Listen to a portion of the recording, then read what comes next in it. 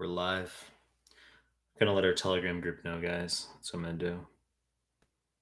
That's what we're gonna do. Let the Telegram group know that we're live. Guys, if you're coming in a live stream, please give the video a like. I'm just letting our Telegram group know right now. Live on YouTube. Fill up the chat with comments if you're coming in, because you'll be first, and I'll address your shit early. Give the video a like, guys, please. Give the video a like, please.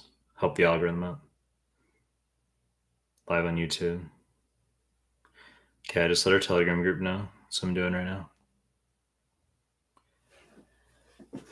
That's what I just did. What are you guys up to? Yay, Garrett. Yo, G. Subby. What are you guys doing? I'm just gonna, just let our Telegram group know. Yay, Garrett. Good to see you, Yay, Garrett. Good to see you, man. What are you up to, Yay, Garrett? What are you doing, man? Subby. What's going on, Subby? Good to see you, man. Michael Betamariam. Good to see you, man. Appreciate you, dude. Good to see you. Yusef. What's going on, Yusef? Good to see you, man. Nakia, what's going on? Nakia, how you going, Nakia? What's happening, Nakia? How's NOLA this afternoon for you, right? How's NOLA? You know what's funny? I actually I Skyped into NOLA. I had 2 students from NOLA today. I had 2 students from NOLA. 2 students. Discussion. Mohammed Abadi, how much our AMBOSS percentage reflects the real deal? We're off to the fucking races straight up, aren't we? With like the cuckery. I'm just joking. Mohammed, chill. All right, relax. Okay, we're all having a good time here. I mean, I've said that AMBOSS doesn't mean jack fucking shit in terms of the real deal. Haven't I said that? Haven't I said that a lot? That UWorld and AMBOSS don't matter in terms of the real deal, right? It's just the NVMEs that matter. Haven't I said that? Guys, give the video live stream a like if you're dipping in. Help the algorithm out. Right? There's 36 of you here and only 14 have given it a like, which means, some of you don't like things so far, right? Taj Sidhu, what's up, Doc? Mohammed Abadi, love you, Mike. What's going on, Mohammed? What's going on, Taj? What are you guys up to? Jinty Gibson, good to see you. I mean, you came in, Jinty, you came in yesterday during the live stream toward the latter aspect. So good to see you. Good to see you again, Jinty. Assad, what's going on, dude? Diego, what's up? What's going on, Diego? Yay, Garrett, off topic, but how do you bulk? What do you eat to bulk? Right? You're going to balance like a caloric surplus versus a deficit. That's what you do. I mean, I haven't run probably the last like 3+ weeks because I'm trying to, obviously it's summer right now, right? So I'm bulking for summer, but I will do more running as get into the fall and stuff. There's the flow. You cycle with that sort of thing. And then you just got to, I literally talked about steak for like probably a half an hour in yesterday's live stream. Or like 2 days ago, I talked about steak for like a half an hour. But you got to eat a lot of fucking red meat as a dude. Like fish is fine, but you got to eat a lot of red meat. You got to eat you got to be open to eating like saturated fat too. Not like McDonald's fat. That's not what I'm talking about. I mean, like if you have like steak and there's a little bit of fat on that, that's okay to eat.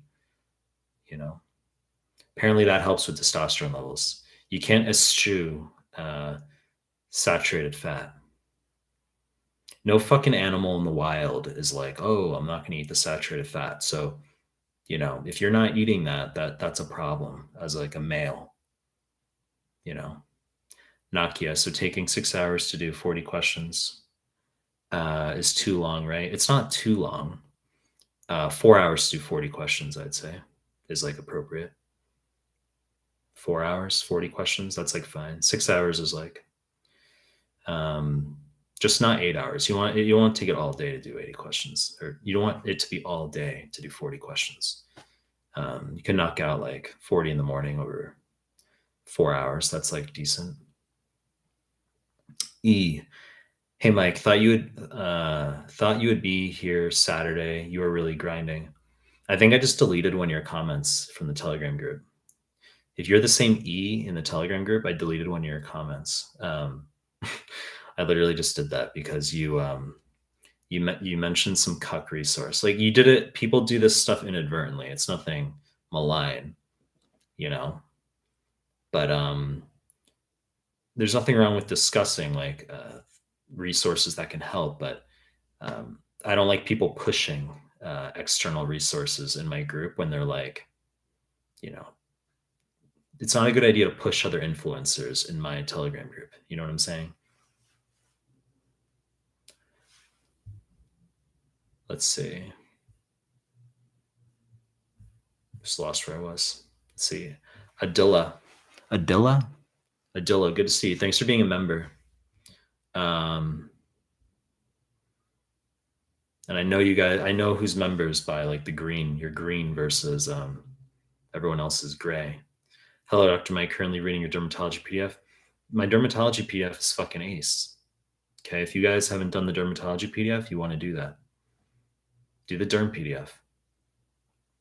It's loaded with micro as well, because some of you guys will say, like, how do I study micro? Dermatology PDF is loaded with micro. Okay, and I also have not just the micro MCQs for the audio Q bank, my 3 to 5 minute clips, but also the 45-minute PowerPoint presentations I have on my YouTube for micro. Some of you probably didn't realize that. Holy shit.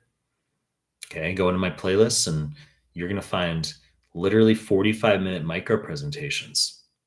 Okay, they're excellent. I mean, I made them, so if they're excellent, I mean, that makes sense, right? So, but in terms of like a future strict micro PDF or micro cards, etc., I mean, there will be more resources in the future. Like that's going to happen. Fume God, good to see you back. You're always you're a source of good questions. The legend Mehlman Poppy. Nakia, love you. Bhakti. Hey, great work. Leon. L. Davidson. Hey, what's going on, Leon? Lion, right? Your name is spelled lion, but I'm guessing it's Leon, right? Rohula Mohammadi, all in capitals. Hello, Dr. Mike. What's going on? Nakia. Happy Essence Fest.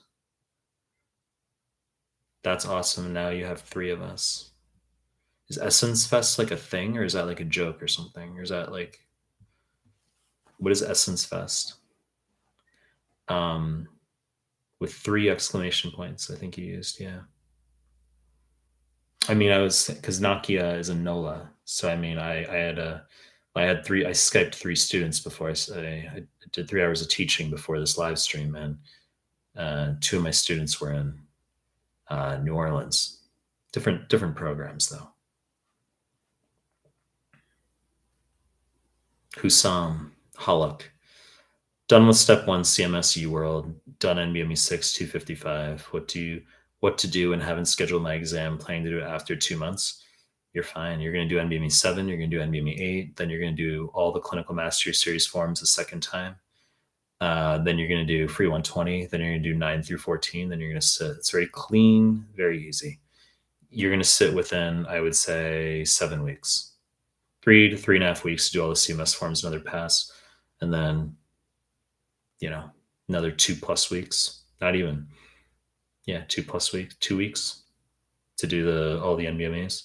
You're scoring high, so it's not going to take you forever to review all of them. Tamerlane, thank you so much for your high yield arrows. Tamerlane, I think it's the first time I've seen your name in this chat. I mean, high yield arrows is world class. It's world class. I mean, you really can't, you can't beat high yield arrows. It's fucking excellent PDF. There's some like other influencer out there who like jacked my idea of high yield arrows. He's like, but I see that as good news. If someone's going to copy me, that's good news. That means I'm doing things right. but you can't duplicate my skill. That's the thing. You can steal my ideas. There's no problem with that, but you can't duplicate my skill. Ahmed Malad, hey Mike. I'm fucking dyslexic. You didn't say hey Mike. You said hi, thanks for the help. Okay. Hi, thanks for the help. Have you read the Quran before? The answer is no. I do recommend. It's just a message I had to pass on. There you go. I mean, look, when you see something like that, it's about how you interpret things, right?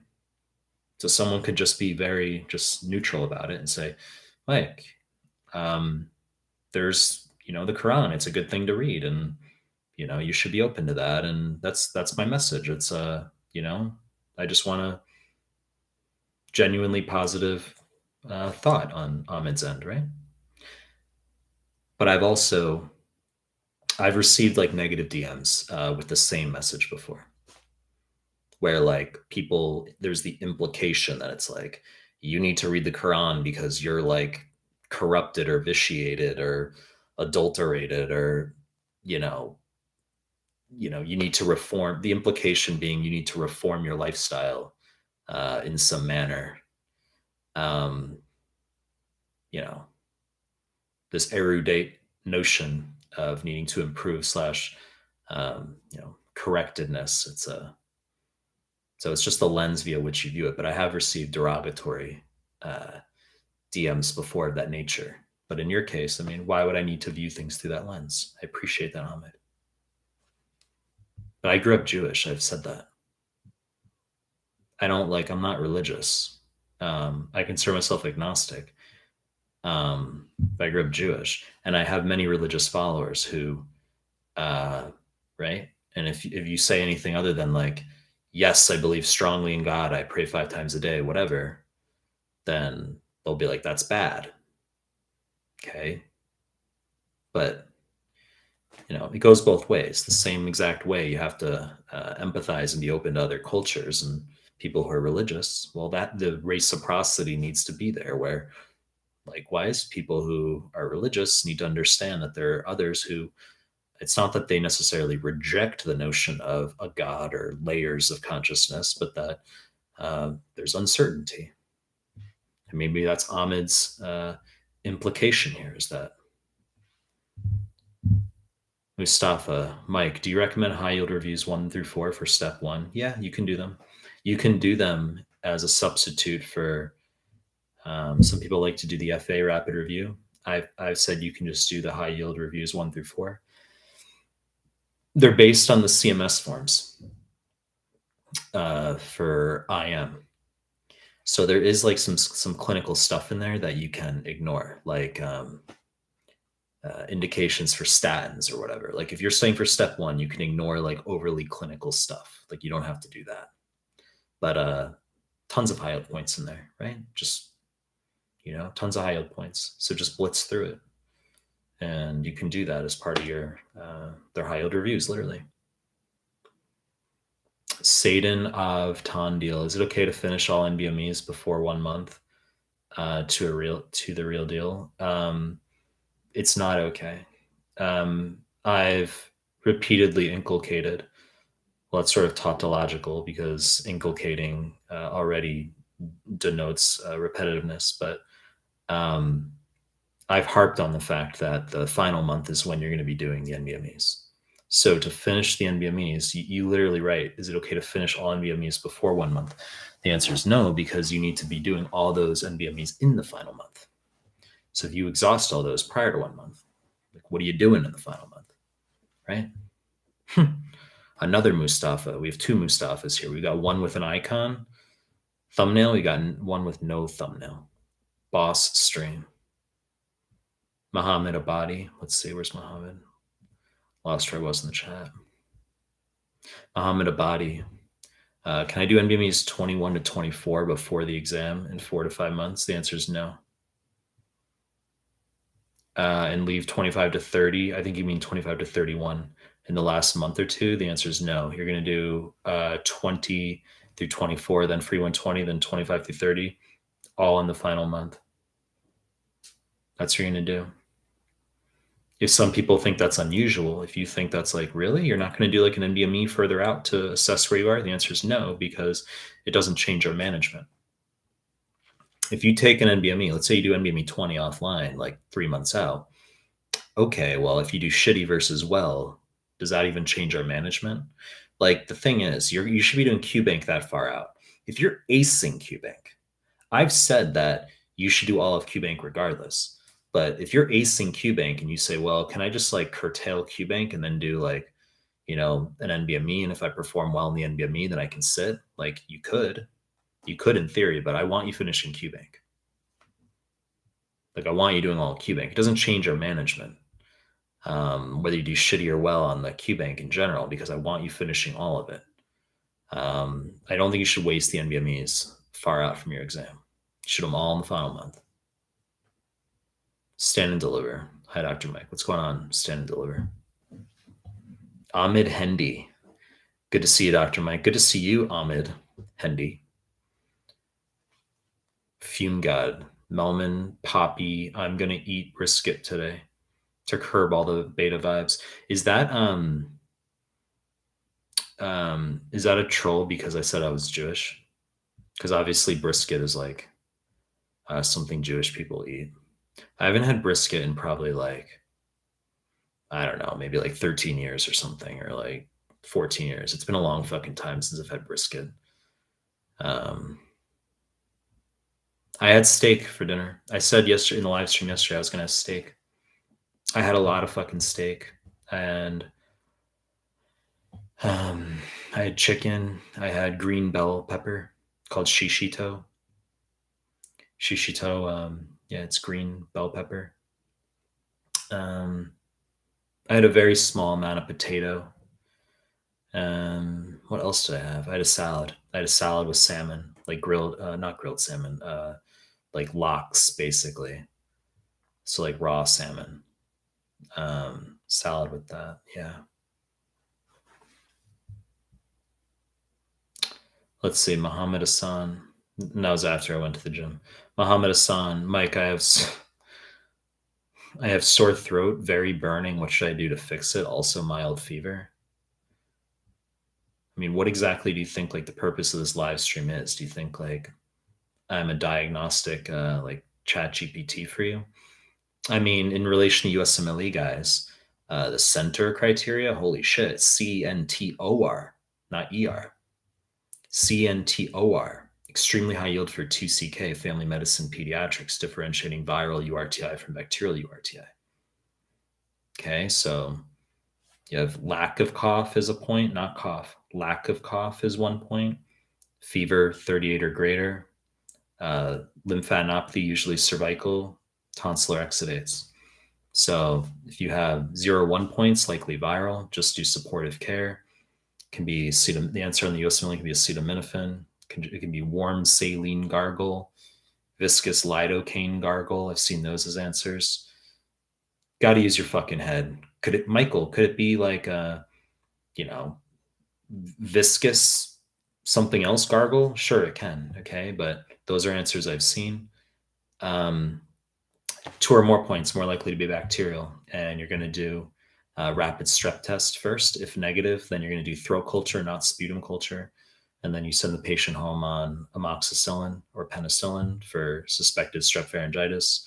And if the patient is pre-adolescent and gets a rash, that's probably beta-lactam allergy. If the patient's adolescent older gets a rash, that's probably EBV infection. If you give a beta-lactam to someone with EBV infection, he or she can get a maculopapular rash. EBV presents, even though it's viral, it presents similar to bacterial with all 4 positive center. It's very fucking weird. Okay, and that's why it's often misdiagnosed. That's why it's a thing. That's why it's a factoid I just mentioned, because it sounds like it's bacterial with all 4 center. Lack of cough, fever greater than 38, lymphadenopathy, tonsillar exudates. You're like, oh, it's likely bacterial. At least 2 of them. The rapid strep test was negative. We'll do throat culture, send them home on a beta-lactam, and it's probably bacterial, but it was EBV. It's the virus that's the odd one out, and they get a rash, okay, and they're like 18 or something, and then it's EBV. So you do a monospot test next. If they have low hemoglobin, you suspect CMV, mononucleosis, and because you can get cold agglutinins due to CMV. Same way mycoplasma walking pneumonia can cause cold agglutinins. So if there's like a hemoglobin of 11, hemoglobin of 10, you want to think cold agglutinins. Okay, IgM antibodies against RBCs. I've harped on that in my YouTube MCQs. So to answer your question, Mohammed, is you say what to deal with my sore throat. The answer is how many of the center you have, and if it's 0 or 1, it's viral. Just do like a supportive care for yourself. You know, if you've been on a thionamide or something, right, like propylthiouracil methimazole, or clozapine or ganciclovir or ticlopidine, right, then you have to think of neutropenia, the granulocytosis causing your sore throat with mouth ulcers and mucositis. I Study Med asks, your videos are so amazing. Binge watching them. Thank you so much. Mustafa without a thumbnail says, Fume God is undercover Dav. That'd be funny. If that were actually the case, that'd be like funny. That would be funny. Jim T. Gibson, about to start a cut, exclamation point, 5 months out, aiming to get around 10% body fat. Yeah. Guanasho Montilo. Hey, Mike, I feel I can't recall anything. And that's why trying to do theory again and again, fearful to start NBMEs, what to do. The answer is you handle it and you're going to start the NBMEs anyway, right? What do you want me to tell you? The notion of like fear or like being worried is not part of the equation for studying for the exam. I've said many times it's a psychological screening test as much as it is an augmentation process of your knowledge base. You have to handle your like emotions with things. You can't be emotional as a dude. Guanasho. I mean, I've never heard that name my entire life. You could be a chick. I have no idea. I'm just assuming, making assumptions right now. But if you guys feel like you're not remembering things and you want like tips or tricks, holy shit. I've said I don't recommend Anki for QBank. I said I don't recommend annotating. I would just read and remember that, or take into account that no matter how high your scores are, you're always going to be remembering, forgetting. That's a cyclical, normal process, that oscillation. Stigmata asks, done with QBank, about 40 to 45%, revised last 4 days, Pulm, Endo, Cardio, Immuno, PDFs, what now? NBMEs, 40 questions in the rest of your, I don't know what you're asking, Stigmata. Are you done? You said you're done with QBank about 40, 45%. Correct, or you finished about 45%? I'm guessing 40 to 45% correct. You finished QBank, then you would do NBMEs 20 and 21. It's a long fucking discussion. Every single live stream I talk about this, and by all means, I can go into detail about that if someone else asks. But for the moment, I'm just going to move through the live stream comments here. Diego. Hey, Doc. What's going on, Diego? I already said hi to you. HUD, good to see you. Do you recommend solving Kaplan QBank? Massive cuckery. Right? We have this. This is like a, this is repetitive as well. This isn't 1994. Right? Like exactly what role do you think Kaplan has at this point? They exist in the B2B domain only. They do like proctored courses with schools that struggle to get their students through. That's where they exist. They don't exist B2C, where they're not. It's not like you guys. It's not like the students are going directly to Kaplan and being like, "Fuck yeah, Kaplan." No, it's not how it works. Kaplan just they are residual.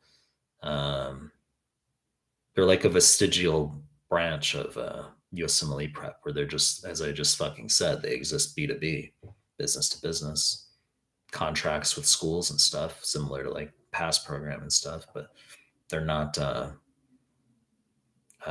they no longer play a salient role in actual like direct student prep, nor should they. Priya asks, hey Mike, biochem playlist versus PDF, which one should I do? You're going to do both. How's that for an answer? Okay. Guys, if you're coming to live stream, please give the video a like. And please sub to my channel. If you're in this live stream and you're not subbed to my channel, you're a fucking asshole.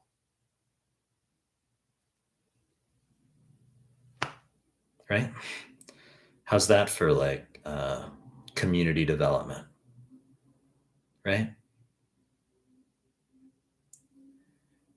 You're going to do both the PDF and the biochem playlist. That's what you're going to do, because they complement each other. They're not disparate, nor are they the same. They're just there's overlap, but they complement each other. And I have biochem modules on my website that are free. And I have biochem Anki. Those are paid, but I have free modules, the free YouTube playlist, and the PDFs. Sabah. Hi, Mike. Step 1 exam in 3 days. Done all your PDFs, audios, and NBME scores were around 220, 30. Free 120, 78%. Solid. What should I review within those 3 days? Okay, well, you could review arrows, and you could just, review NBME 31 or something. You're not in a crisis situation. You could go through IELTS arrows and review biostats, actually. Review your formulae. 2 days out from your exam, that's when I tend to have people review their formulae for biostats. The day before your exam, it should be pretty chill. But 2 days out, you can do like biostats review. Brahma Gemalot. Like the lives. Aldol 24. How long does it take for an X to come back? Okay. The answer to your question is I wouldn't worry about how long it takes for an ex to come back, because if your goal is to have an ex-girlfriend come back to you, the quickest way to make that happen is to not think about it and to be going out and meeting new people. That's what you're going to do. The quickest way to have an ex come back to you, if that's your goal, Aldol, is to literally go to the fucking station, open like 150 girls in like a 3-hour period, pull one to a Starbucks or something, and literally within like 30 minutes of being in the station, you're chatting up some new chick, and then you now no longer give a fuck about your ex, and then your ex can palpate that you don't give a fuck, and then there's going to be a greater proclivity for her to gravitate back toward you, right? So the fact that you're asking about how long it takes for an ex to come back means that you want her to come back, which means there's a decreased chance that she will come back. How's that?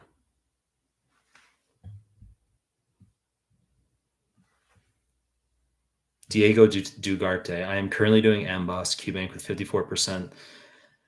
Then starting to do UWorld, planning to take step 1 in October. Is it good? I don't think you need to do Amboss and UWorld. You can do one or the other. Finish Amboss, and when you're done with Amboss, take NBMEs 20 and 21 offline. If you do well on them, proceed with 22 onward. And then if you do well on those NBMEs, you can just sit the real USMLE, move up your exam. There's no reason to take in October. If it's sort of fixed, like you're like, no, I have to sit in October though. Like I'm not going to move it up. Then you could supplement that. You could fill in the buffer time with incorrects or something. It's fine, but there's no reason to have to like stretch it out. Memo JR, can step 1 scoring get back? What does that mean? Can step 1 scoring get back? I don't know what that means, Memo JR. Diego Dugarte, also, I work 10 hours a day. I mean, are you asking like can you protest, like appeal your score, like rechecks? Some people ask about that. Like, can you ever do a score recheck, right? And I say that's just a waste of money. It's a nominal gesture. It's just they're like, how do we like steal extra money? I'd be very fucking curious if in the history of USMLE, like the decades they've been doing it, if like someone just voluntarily requesting and paying for a score recheck, if he or she, if a person has ever had a score like improved or something, I'd be like fascinated as to like how many times that's actually happened. Like it would be like under 5 or something in like 30 years, I would reckon. They're not going to be like, oh yeah, sorry, we fucked up. They're not going to do that.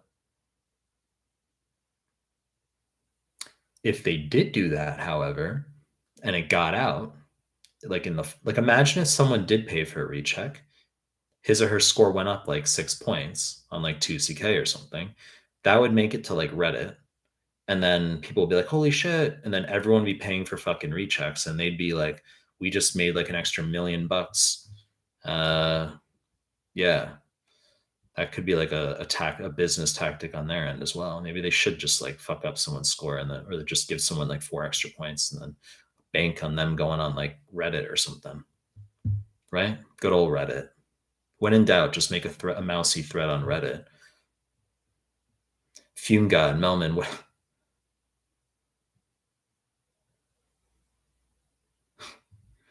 I don't know if I should read that out loud. I've said that for, you're asking about libido and sexual performance. You're asking about exercises, deadlifts, squats, etc. I've said you got to just lift heavy as a dude. Nassim Saed, what color is my Bugatti? That's funny. Nakia Brooks, that's a festival there's a festival in New Orleans right now. Concerts and stuff happens every 4th of July. Pretty good.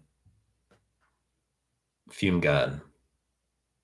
I'm not answering that either, Fume God. J Solo, take on workaholism as a coping mechanism? Question mark. For what? For what, J Solo? That's like an interesting implication there. Like you have like Jay Solo saying like take on workaholism as a coping mechanism, and like the implication being like if somehow you work hard, you must be coping for something. I mean, tell me one fucking person who achieves success without putting in hard work. Right? So are you like advocating for being indolent? Like what are we advocating for? It's a soft mindset to somehow opine that you shouldn't work hard,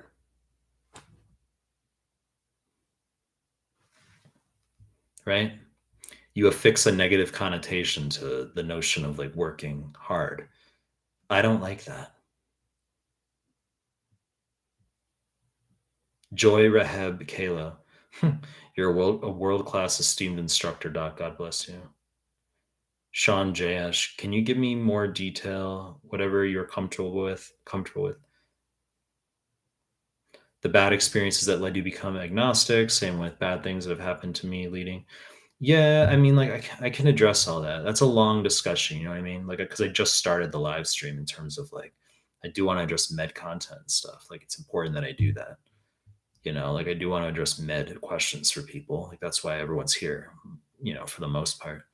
Um, and I don't really like have an interest in like talking about bad shit that's happened in my life like right this second. But I've just said in the long story short, the too long didn't read or too long didn't listen is just like probably in like my early 20s I had like a more quote unquote religious phase. But I'm not like that anymore at all. Mohammed Maher, what's up, dude? What's going on, Mohammed? Antonia Nevius Ida jumped from 226 on NBME 10 to 259 on NBME 14 in 1 week. Step 2 schedule the 13th of July with time to push back. What to think of huge score increase? I take these things with a grain of salt because you said in 1 week. I think a lot of that's coincidental. I think had you sat NVMe 14 first, like let's say you were like anxious or something and you're like, I'm gonna set NVMe 14 like a week ago because it's the newest one and I just have to know my score on it. And you got a 259, and then today you sit NVMe 10 and you got a 226, and you'd be crying. You'd be like, how did I go down 33 points in a week? You'd be like crying about like, do you need to postpone? It's coincidental. Your knowledge base didn't go up 33 points in a week. No, that didn't happen. It's like coincidental fluctuation. And I'd say the biggest input I can give you is recognizing that when you go into the real deal, the 226 was a real score. That the NVMEs don't lie. Like those are your real USMLE scores. Had that been your exam that day, meaning now that you have a 259, you're going to go in thinking like, I'm going to get a 260 or I'm going to get a 255 or something. And like, we want to be positive. Of course, there's something wrong. Like, yes, let's be confident. Let's be optimistic. Like, great. But if you get like a 230, don't be upset because it's like you do have a 226 in there. You have to realize that. Like these things, the score range is real. But you got to sit all the NVMEs. I mean, I'd want to know what your other scores were. Were you gradually increasing or like from 11, 12, 13? You omitted those scores.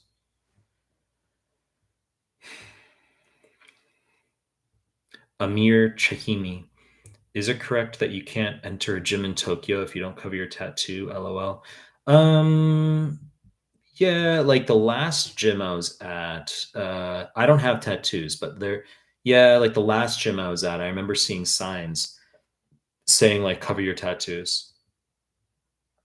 The gym I go to right now, you can't wear shoes. You have to take off your shoes before going in. Like I bring a pair of shoes to the just separate pair of gym shoes.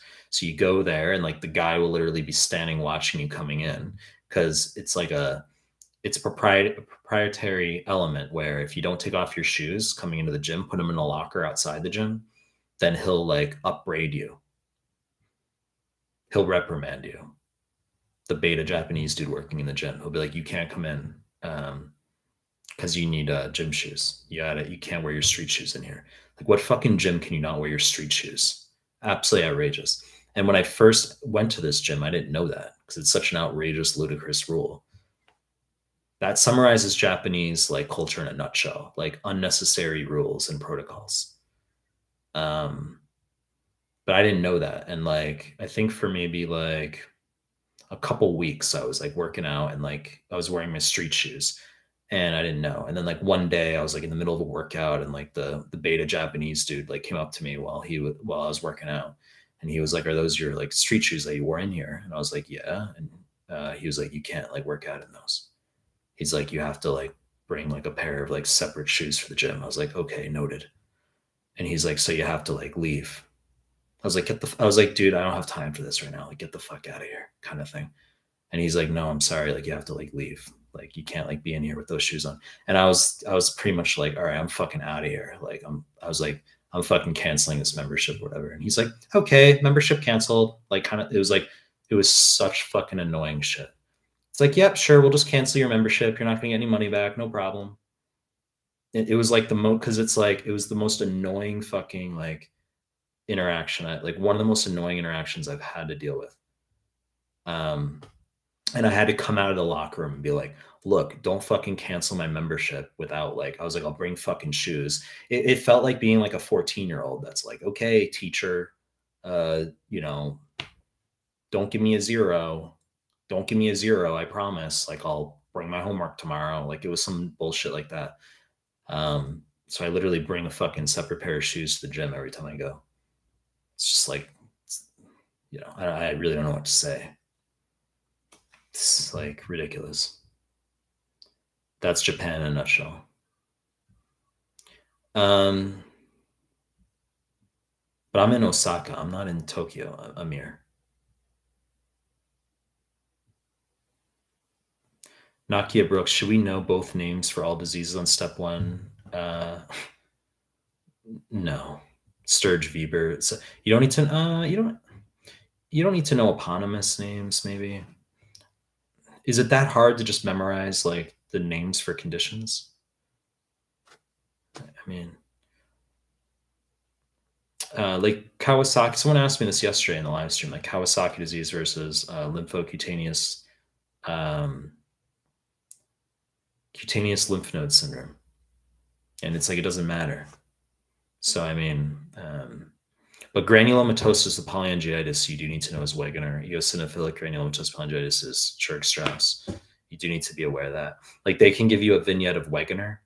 They can give you red urine, hemoptysis, headitis, colloquially, which refers to any inflammation of the head, right? Like mastoiditis, sinusitis, otitis, nasal septal perforation. C ANCA positivity, antiproteinase 3 positivity, mononeuritis multiplex, neuropathy, right? So they can give you a vignette like that. And then the answer, you're like, okay, easy, Wegener. And the answer is just polyangiitis. That's it.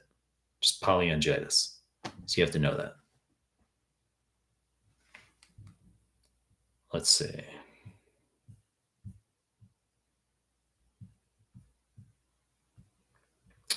Joshua Dale, do you still work on Shabbat? I work every day. I work 7 days a week. I don't take days off. Very rare. I take days off.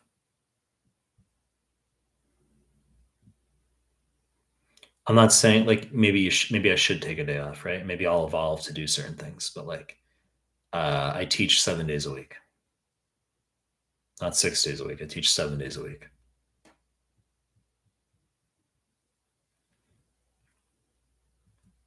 No, Poppy, I'm not trolling. I'm from down South America where we barbecue, bro. I don't care if you're Jewish. I would send you some brisket through the mail if I could. Atbakan, are there any clinical elective websites or programs for IMGs you would recommend? There are not.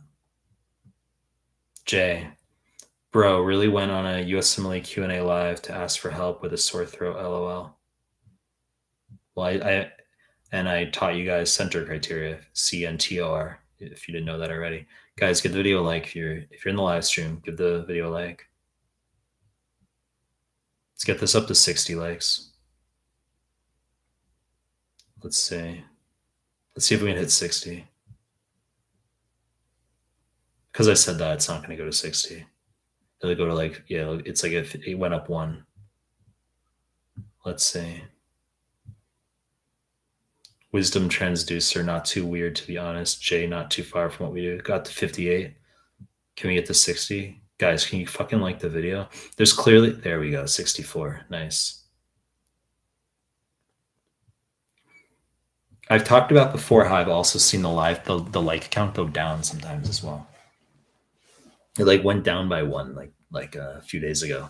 So it meant there was someone in the chat who like liked it and then rescinded his or her like. Was like, you know what? I don't like this dude. Or I don't like that he's talking about these things that make me uncomfortable. I'm gonna rescind my like. Ameka Awazi, thank you so much. Sam, my UWorld percent correct is 45% at 85% done. Exam in 19 days. What should I do? 100,000% postpone. That's like laughable. I'm not laughing at your score. I'm laughing at like the notion that like you would sit in 19 days. Like you need to finish UWorld. What's going to happen is when you're done with UWorld, you're going to take NVMe 21 or NVMe 20, and you're not going to get a good score on it. And then if you get 189 or lower, I'm going to have you go back to UWorld and do all your incorrects for a month. So I would say if your exam's in 19 days, okay, well, you're talking July 20th ish. So, so if you're at 85% done with UWorld, I would say it's going to take you maybe another 2-ish weeks to finish it. So that's going to bring us to mid-July. So let's just arbitrarily say July 14th. And then you're going to take NVMe 20. You're going to get a catastrophically low score on it. Mike, are you serious? You're an asshole. Try me. Get a good score then. Prove me wrong. Prove me wrong.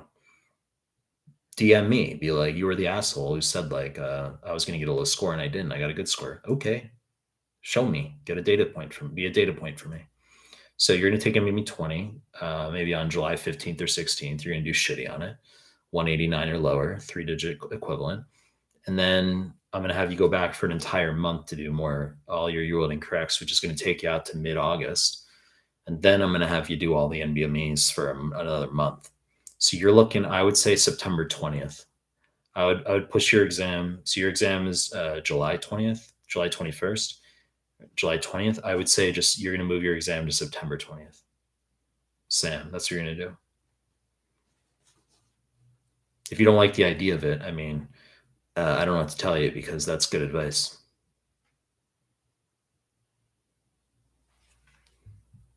The USMLE GAYS says, sup, Mike.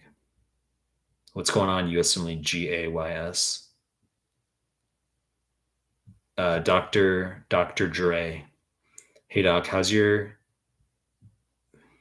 patient CARGI doing? What meds are, okay. How's your patient CARG doing? What meds are making him take, what meds are you making him take to control his schizophrenic episodes? It's an inside joke because I get people who are not in med in my chat as well. I have like friends who sometimes pop into the chat where there's like inside jokes and like,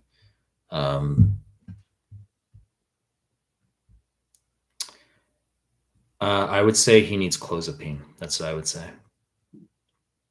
And then I would say after he starts taking clozapine, he should immediately go to the doctor if he has a sore throat or if he has like mouth ulcers or something. And then within like 2 days, he'll be like, guys, my throat's really sore. It's not funny whatsoever if you have no idea what I'm talking about, which is basically 99.9% of people watching this, even though I don't have 1,000 people watching this. Sebastian Heen says, thank you for your help, Dr. Mehlman. Your content PDFs are ace. Jay, is it bad to be doing QBank studying for shelves during downtime and rotations if the intern doesn't need anything / you're waiting around? No, it's not bad. I've said cater to the intern when you're trying to get a letter, especially. But look, I mean, you got to do well on your shelves. That's what you got to do. Like when I was in med school, it was the same. It was like there were rotations where I was hardcore, like on the wards every fucking hour of the day. I had a couple rotations like that in particular, where I was like 12 hours a day in the hospital, like following the intern around. And then I had like other rotations where I was like, fuck this. I gotta like OBGYN was one of those rotations where I was like, fuck this, I'm studying. Because it was a really hard like rotation to like pass at our school. And they had 3 days of exams. How fucked up is that? It was like an MCQ day. You come back the next day, you do mock patients for like gyne, and then you come back the third day and you do mock patients for obstetrics. And it's like you had to like know a lot of information to get through that. That had nothing to do with USMLE, just like highly fucking specific Australian fucking obs-gyne shit. And so I just like studied my ass off for that. I was like, fuck this. I'm not like hanging on the wards right now. Like, I got to like learn this shit. And I'd spend a lot of that rotation I spent in the hospital library, just like learning the ops gyne, going through all their guidelines and like memorizing their guidelines. Like, that's what I was doing. That was also my last rotation at med school, ops gyne. And I was like, this is it. Like, I'm fucking, there's nothing stopping me right now. I'm getting through this shit, fucking blasting through. And like, that's it. I'm fucking out of here. Right. That's what happened. That's what happened. Leon L. Davidson, could you do a lengthy discussion about starting the 20 and 21 NBMEs after finishing the QBank? I can. It's fucking annoying. You know how many times I've talked about this?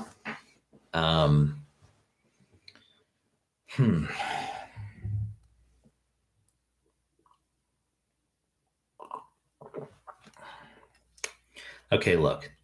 You're going to finish QBank. You're going to sit. I want you to start. You're going to do NBME 20. And you're going to, in terms of scores, you're going to take your number of wrongs. So you're going to go to Google Images, not Google Images, and you're going to type in NBME 20 score conversion Reddit. You're going to see a best fit line graph. You're going to type your number of wrongs into as X. Y is your 3-digit score. 197 is the pass equivalent for step 1. I want to see a 190 or higher on NBME 20. If you get a 189 or lower, 3-digit equivalent, I want you not going to NBME 21 and you're going to go back to QBank incorrects for a month, not 2 weeks, a month. If you can break 190 on NVMe 20, you can go to NVMe 21, and you're going to repeat that process. And you got to get 190 or higher. Then you proceed to 22. But now the bar is 197 or higher. I say you have to pass NVMe 22 onward. So in other words, 20 and 21, I allow you to get a minor fail if 190 to 196. But you have to pass 22 onward. Otherwise, if you take a fail, if you get like a 196, let's say, on NVMe 22, I have you go back to QBank for a whole month. And then when you get to around NVMe's 27, 28, I really want to be seeing 205 to 210 plus equivalent, because you got to have 205, 210 plus as a buffer to sit the step one. I don't have anyone sit if they're getting like a 199. I don't like that. So I want to see 205, 210 plus. So that's the initial discussion as far as scores on the NVMe exams when you're coming out of QBank. The other part of that discussion is making Anki of your incorrects from those NVMEs. That's a lengthy discussion, but I want you making an Anki deck of 20 through 24 NVMEs. So that's 5 exams plus free 120. That's 6 forms. So you're going to make a giant Anki deck of all your incorrects from those forms. You're going to make a separate second fresh Anki deck for 25 through 31. So you're going to be doing cumulative stacked review of your incorrects as you move through. So when you finish, you screenshot all your incorrects from 20 into the Anki deck, the answered question, not the unanswered question, the answered question. So like on NVMe 20, let's say you get 70 wrong, you're going to screenshot the already answered questions where D is fucking already like highlighted as the front card. The back card can just be blank or the letter of the answer. I don't want you writing explanations. The point is not to pretend looking at the Anki that you've never seen the questions before. The point is to look at the Anki and say, well, A is the answer. I selected D. Why was A the answer? And why was D the wrong answer? And then there's a gray area as far as other answer choices that if they're weird enzymes, you don't have to worry about them. If they're other high yield conditions, you can learn those as well. But when you do NVMe 21, those incorrects go into the same deck as 20. Then you're going to do 22. Those incorrects go into the same deck as 20 and 21. So after you finish the review of NVMe 20, you're going to re-review the incorrects from 20 and 21. You're going to do NVMe 23. You're going to re-review the incorrects from 20, 21, 22. You do NVMe 24, you're going to re-review the incorrects from 20, 21, 22, 23. So you're doing stacked review where you're repeatedly going through the same fucking incorrects, where you're like, well, I memorized the answers. Like, I already know the answers. Is that okay? Yeah, it's fine. I want you doing that. So you're basically memorizing your incorrects, stacked cumulative review. And once you finish free 120 and NVMe's 20 through 24, you finish all that Anki and all the review of that. You'll go on to have maybe 3 days where there's no Anki, but you're going to do 20 and 21 back to back on the same day, which is 400 questions. The following day, 22, 23 back to back, same day, 400 questions. The following day, 24, free 120 back to back the same day, 320 questions, no Anki. So you've already done all those exams. I would never put it back to back NVMe same day if you haven't done them before, but you're redoing the same fucking exams, no Anki. So you're just going to blitz through those exams. And then once you finish and you go to the next day and you start NVMe 25, you're never looking at 20 through 24 and free 120 again for the rest of your entire life. The door closes on all those forms. And then you're going to repeat the process with 25 through 31. You finish 31. Let's say you finish NVMe 29. You're going to redo all the incorrects from 25, 26, 27, 28. You finish 31. You're going to redo all the incorrects from 25, 26, 27, 28, 29, 30. After you finish 31, you're going to have a few days after you redo 25, 26 the same day, back-to-back 400 questions. The following day, 27, 28 back-to-back the same day, 400 questions.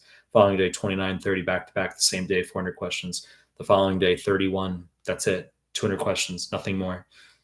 Day after that, you can have like a biostats review, let's say. The day after that, you can have just a chill custom day. The day after that, you can sit the step. So that process can take you about a month and 4 days. I've used that as a general example of how someone's final schedule could be crafted. But that's what I talk about. Like when I say memorizing NVMe exams, that's how you have to do it. There's none of this like, oh, you sit an exam, review it, do a cursory review, and it ends there. Like you have to fucking know like those NBME questions, because the NBMEs are the real deal. So if you memorize the NBMEs, you're gonna do well on the real deal. That's how I get people through. That's how I get people to pass. If someone fails the step one and you simply ask them like, well, have you memorized like the NBMEs? Have you gone through all these? They're like, no. It's like, well, no fucking shit, you haven't. And if they have, okay, if they say they have, I would say, well, did you go through high yield arrows? Did you go through my PDFs? Have you looked at my YouTube MCQs? Did you finish QBank? Right? There's usually a no in there. There's usually like, oh, I looked at some of your PDFs a little bit. They'll be like, did you high yield arrows? They're like, yeah, I did it. I'm like, you did high yield arrows? They're like, well, some of it. I'm like, I ask them like the arrows for aldosterone. They don't fucking know. I'm like, well, literally the first question in high yield arrows is aldosterone. The first two questions are aldosterone, high versus low. It's like the most basic thing. And so you got to know that stuff.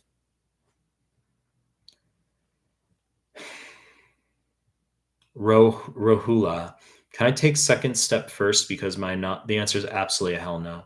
Never take step two before step one. And your friend, that's a good one. My friend said take first 2CK, then step one. Absolute nonsense cuckery. The reason is because if you take step one first, it will absolutely increase your score on 2CK. This isn't a debate. 100% going to increase your score on 2CK. The fact that 2CK is like 90 to 95% of the strength of your application for residency, to not fully get the highest score you possibly can is it's insolence, actually. There's a high level of audacity and stupidity involved in that. It's stupid. I don't care if you feel fresher on clinical stuff. You have to take a step back, even if you're a doctor already and you're like, well, I'm fresh on clinical. Great. Well, you got to do step one first, and then you got to take 2CK, unless you don't give a fuck about your score on 2CK. Some people don't care. Some people are like, well, I just want my 230 and then, that's it. Cool. Well, if you want like a 255, 260 plus, you want a good score, you got to take step one first. And while you're in the actual 2CK, it's going to be very apparent to you as to like why step one is supposed to be taken first. Okay, like you're going to see the concepts integrated at a higher level. Step two is way harder than step one. Guys, if you're new to live stream, give video a like. Really appreciate it. NCH 2012. Hi, Mike. What do you think about the differences between Turkey, Australia, and Japan for approach? Yeah, well, Turkey is number one in the world for sexual partners. Australia is number two in the world for sexual partners. Japan is highly mousy. COVID has become an inflection point for Japan in terms of like people have gone inward / people are insular. People are like, there's people still wearing masks here. Okay. So when we talk about differences for approach, I think we can still capitalize on acquiescence in microstate, and you can still get pull for instadates and then pull home. You can do that if you want. I don't think that necessarily differs per country, but I think contact acquisitions followed by capitalizing on positive macro state and having a chick meet up with you later, that proclivity is increased in Turkey and Australia over Japan. If you're in my dating WhatsApp group that has like, I don't know, 140 dudes in it, then you would know what I'm talking about. Diego Dugarte, thanks a lot. Appreciate it, boss. The USMLE GAYS says, sitting exam in 5 days, sat 10 NBME exams, 20 to 29, averaging between 210 to 229. Those are good scores.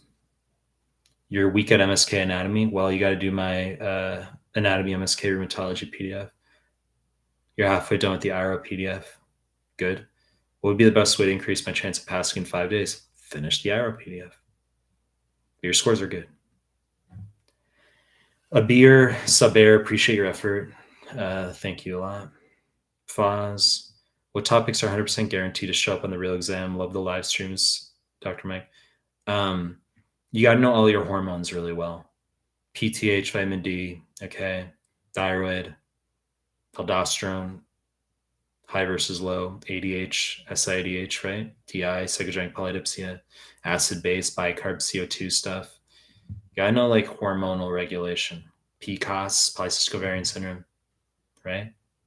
You gotta know hormones really, really well. You can't miss a question on hormones. And you got to know all your diseases, the pathophys, any disease, literally any disease you can think of: Duchenne, Becker, cystic fibrosis, Marfan syndrome, von Hippel-Lindau, NF1, NF2, tuberous sclerosis, Sturge-Weber. Take any hereditary serositosis, von Willebrand disease, right? ITP, hemophilia. Take any disease you can possibly think of, and you got to know how it works. That's pathophys. That's general principles. Got to know that stuff. Okay. You can't miss a question on hereditary serositosis on your real deal. You can't miss a question on Duchenne. You can't miss a question on cystic fibrosis. I mean, you can't miss a question on osteogenesis imperfecta. You can't miss a question on Goodpasture, Alport syndrome. Okay. You can't. People think they're going to get a question wrong on like osteogenesis imperfecta and past step 1. It's laughable. Right?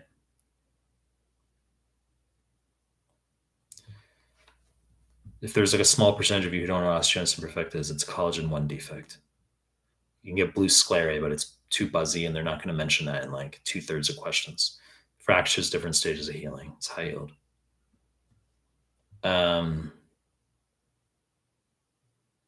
Hello, Dr. Mike. Done with step 2 last year. Got a 244. Did MME 25 yesterday. Scored 260. Am I completely fucking dyslexic? Did NBME yesterday and scored 60%. My step 1 is in 5 weeks. Should I continue with NBMEs plus triad arrows only? Have done other prep.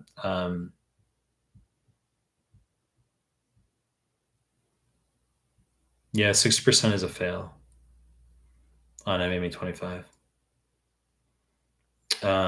That's weird because you had a 244 on step 2, but then you failed MME 25. That means you severely undershot. This is exactly what I was just saying. You severely undershot yourself on step 2. So it means your general principles weren't in place, but somehow you got a 244 in step 2, which is good. We don't have to cry over spilt milk at this point, but for like other people here, never fucking sit step 2 before step 1. It's a terrible fucking idea.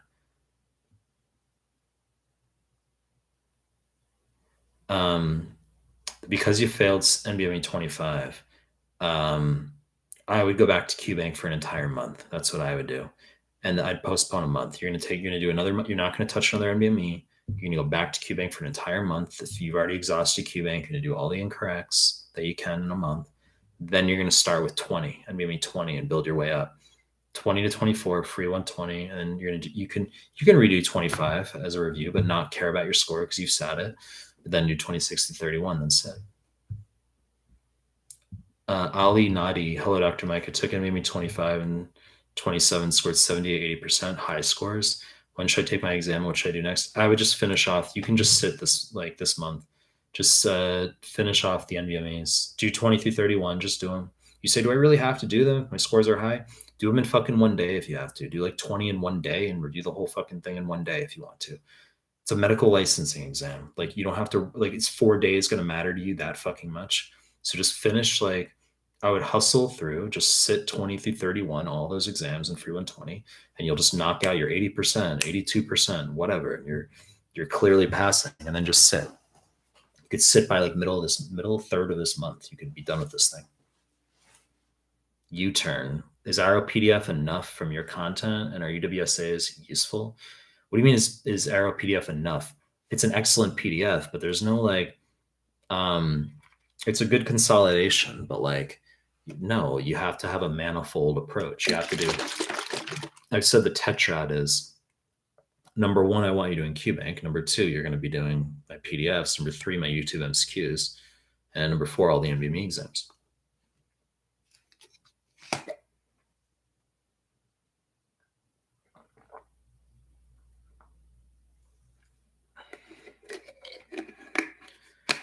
High-yield arrows is a good consolidation of your physiology and endocrine for sure. It is. Okay, it is. But it's not like enough. Like it's not like your magic pill.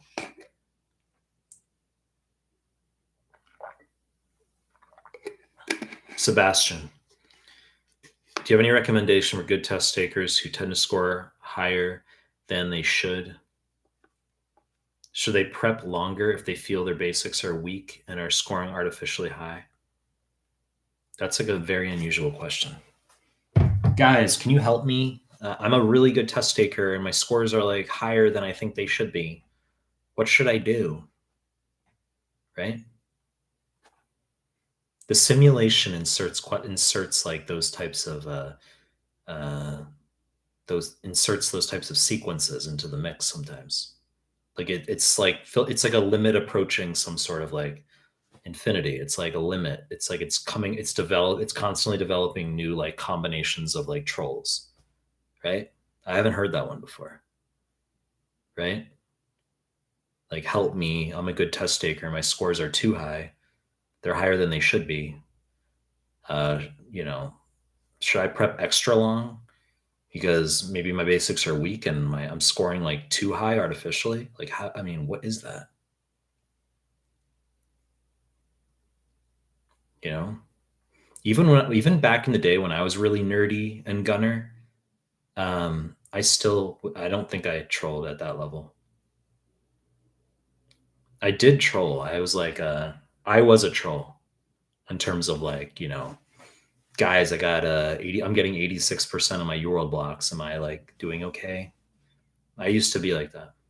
I finished UWorld 86%, correct, for step one back in the day.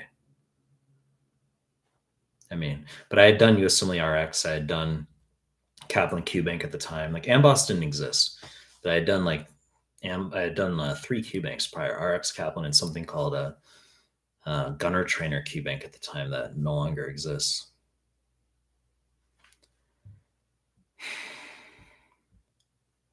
Or was I? Memo JR. I mean, step one now is pass fail, and previously was getting high scores important in both steps 1 and 2. This happened again, or will be pass fail forever.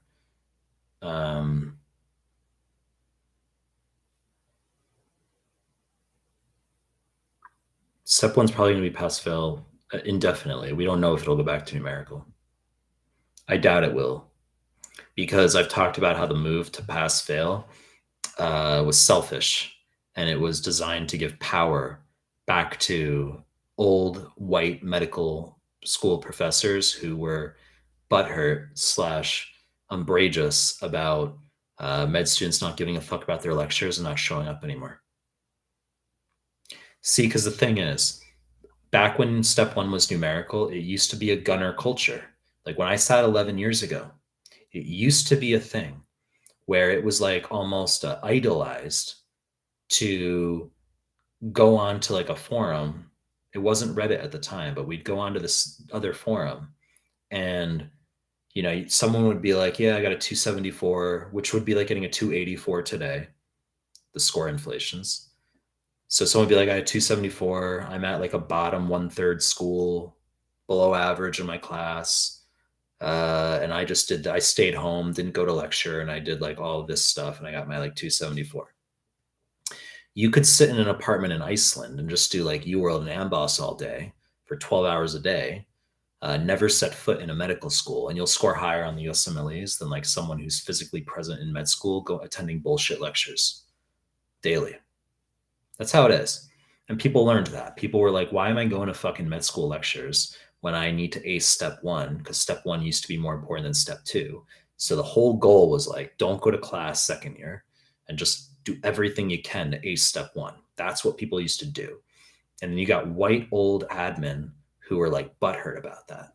And they were like, we reminisce for the days pre-internet, pre-UWorld. We reminisce for when people used to come to our bullshit lectures and fill up like auditoriums. And now we might get like 20 people coming to our bullshit ethics lecture and we feel sad. So what are we going to do? We're going to make the step one pass fail, which means that you now have to ace the first years of med school, some sort of class rank push, and then you'll go to their bullshit lectures to try to, study harder for school and do better in school, right? That was kind of the push. So it was a selfish move. I mean, it made, I think the bar for medical education clearly worse. That's my view. But that's still my view. However, the pro, I think, of it going to pass fail, at least from my end as a tutor, is like, I don't have to be concerned with bullshit fucking like nitpicky stuff for step one anymore either. Right? So it's no longer like, this receptor of this fucking serine threonine kinase, it's like laughable now. So like, okay, now that it's pass fail, it's just high yield stuff. That's it. Just like, what's the important stuff? What's like, no fluff anymore. So I think from a teaching angle, it's actually like ironically been like a positive thing as like an external independent tutor and creating resources, right? I mean, like I find it to be positive in that realm, but it's not about me. I think like from students' angles, like it used to be that you could be shitty in school, you could be an average student, and as long as you did well in step one, that could override that. But no more because old fucking white dudes were upset. They wanted you to go to their fucking lectures. Now you're in there trying to get high grades for your first years of med school because your step one's pass fail and you need to work on your class rank now. It's a selfish fucking push. And it worsened the bar. It worsened medical education because, like, you're going to know less. If you have no incentive to score high in step one, you're not going to know as much. It's just plain and simple. You're going to know enough to pass, and that's it. Shruti Sinha. You would still fight to do really well in 2CK regardless.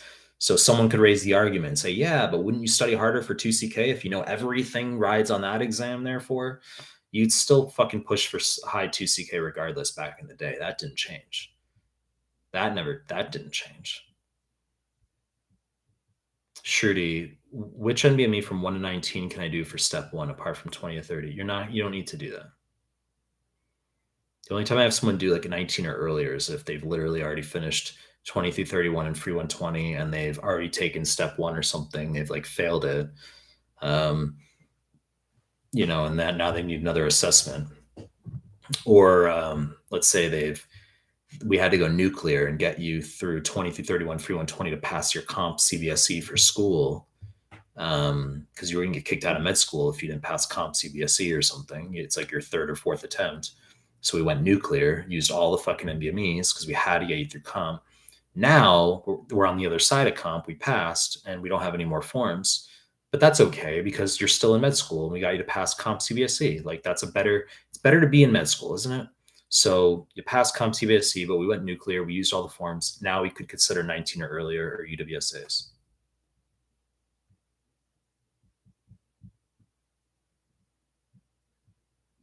Sam, why do I call Japanese guys beta? Because they are. Like, what more do you need me to say? Like, they're feminine. Something negative. Like, relax. Are you like offended that I said that? But I'll be at the gym. I've said this many times. Like, I'll be at the gym, like trying to lift. I'll be like doing bench, and there'll be like some Japanese dude next to me doing like jumping jacks. Like, it's like distracting. It's like you're doing your fucking jumping jacks while it's like lift. Like, go lift. Like, what are you doing? I said calisthenics are beta. There was like some guy in the chat like earlier, like several days ago, who was like asked about calisthenics, and I was like, they're beta. And then he was like, I beg to differ. He's like, I'm an ex-Marine. He's like, I think calisthenics are like not beta. I was like, nah, they're beta.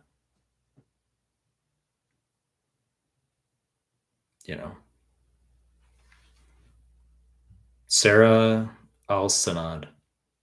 Do you have any recommendations for a medical student in the Caribbean who failed comp by 0.3% and has to repeat it in 3 months? How should I study everything all over again? I made a fucking excellent video on comp CBSE, and it was like one of the worst performing videos on my YouTube. But it was a fucking excellent video. It's just very niche. If I make a video for step 3, none of you guys are going to watch it because probably all of you are like step 1 or 2, right? So it was like most people didn't watch it. The CBSE comp video was fucking excellent. But you got to prep for it like you're prepping for step 1. You got to go through QBank. If you got to sit again 3 months, Sarah, you're going to do 2 months of UWorld, 40 questions per day, untimed tutor, random, 4 blocks of 10. You're going to take lunch. Then you're going to do my PDFs and my YouTube MCQs. You're going to do that for 2 months. Then you're going to spend the final month. You're going to do NBMEs 20 through 31 and free 120. That's how you're going to pass comp. And then you're the perfect example of what I just said, how we're going nuclear by using all the forms.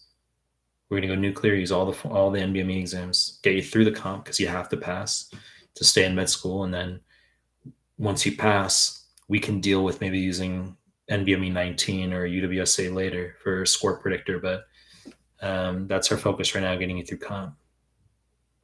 Mito 2974. Dr. Mike, would you say the high yield arrows helps with step 2? It does, but I don't specifically like advise that you have to do it for step 2 unless your basics are really fucking shit. Like I occasionally have weak step 2 students who like are getting like questions wrong on like SIDH versus DI. That's like basic fucking step 1 stuff. So like occasionally I could have like a step 2 student remediate in that regard. Occasionally, you know. But you know, unless your basics are really weak, I just have you drive through step 2 material. Generally. If you want to do arrows, do it. I mean, it'll take you what, like 3 days? You knock out 50 questions a day. It's like 55 questions a day. It's only like 166 questions, so you can knock that out.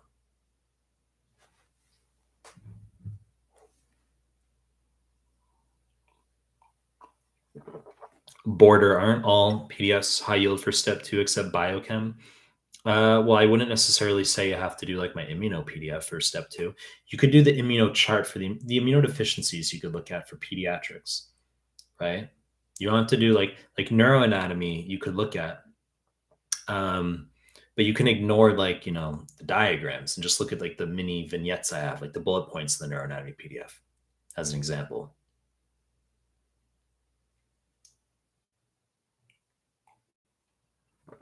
Marissa Gaspara. Hi, what should you be scoring on Amboss QBank? Don't give a fuck. How's that?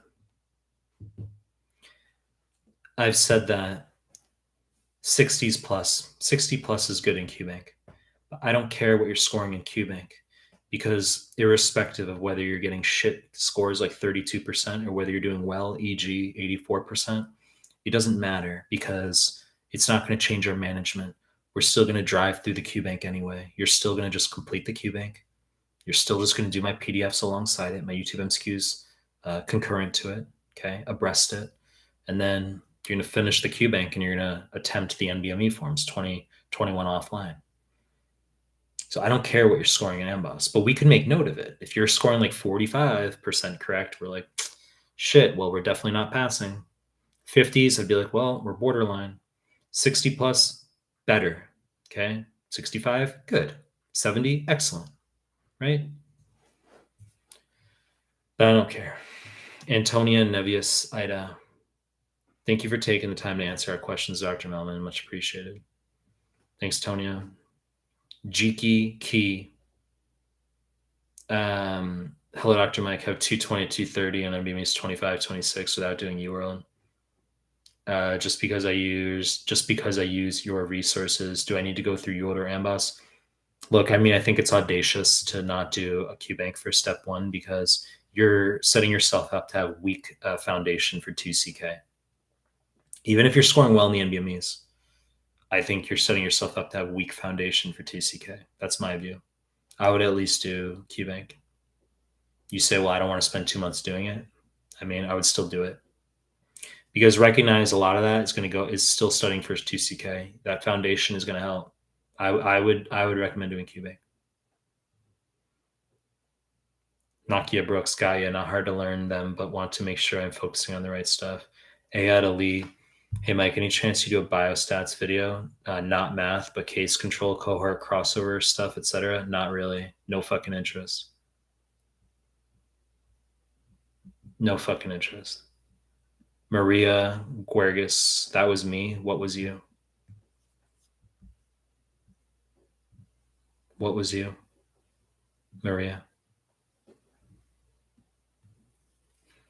You know, because I'll be talking about something. One of you like responds in the fucking chat, and I'm not going to see it for like a half an hour, right? That's what's going to happen. If you do a super chat, I'll see it like right away. If you don't want to wait for me to answer your question, scroll down. If you do a super chat, I'll answer it right away.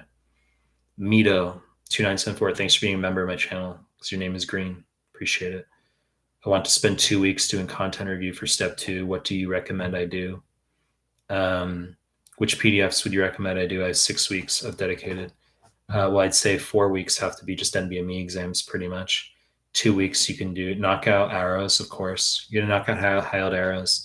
Cardiopulm, renal gastro, heme, you got to do for sure. And then while you're going through the NBME exams, if you can make time, yeah, get through all my PDFs. But arrows, cardiopulm, renal gastro, heme, those are like pass level PDFs. People like fixate on biochem and immuno and neuroanatomy. They're fucking excellent PDFs, but like they're not pass level. Buenos dias, Rayo de Sol. Good to see you back. What is the oldest IMG, meaning year of graduation was a long ago? You know that matched? I mean, there's lots of like anecdotes with that as well, right? I mean, I think it's just if you're many years out of med school and you're applying into the match, you have to take I would take step 3. That's what I would do. I would take step 3 within a year of applying. But once you're like more than 3 years out of med school, you're just decreasing your chances. It just becomes score dependent at that point.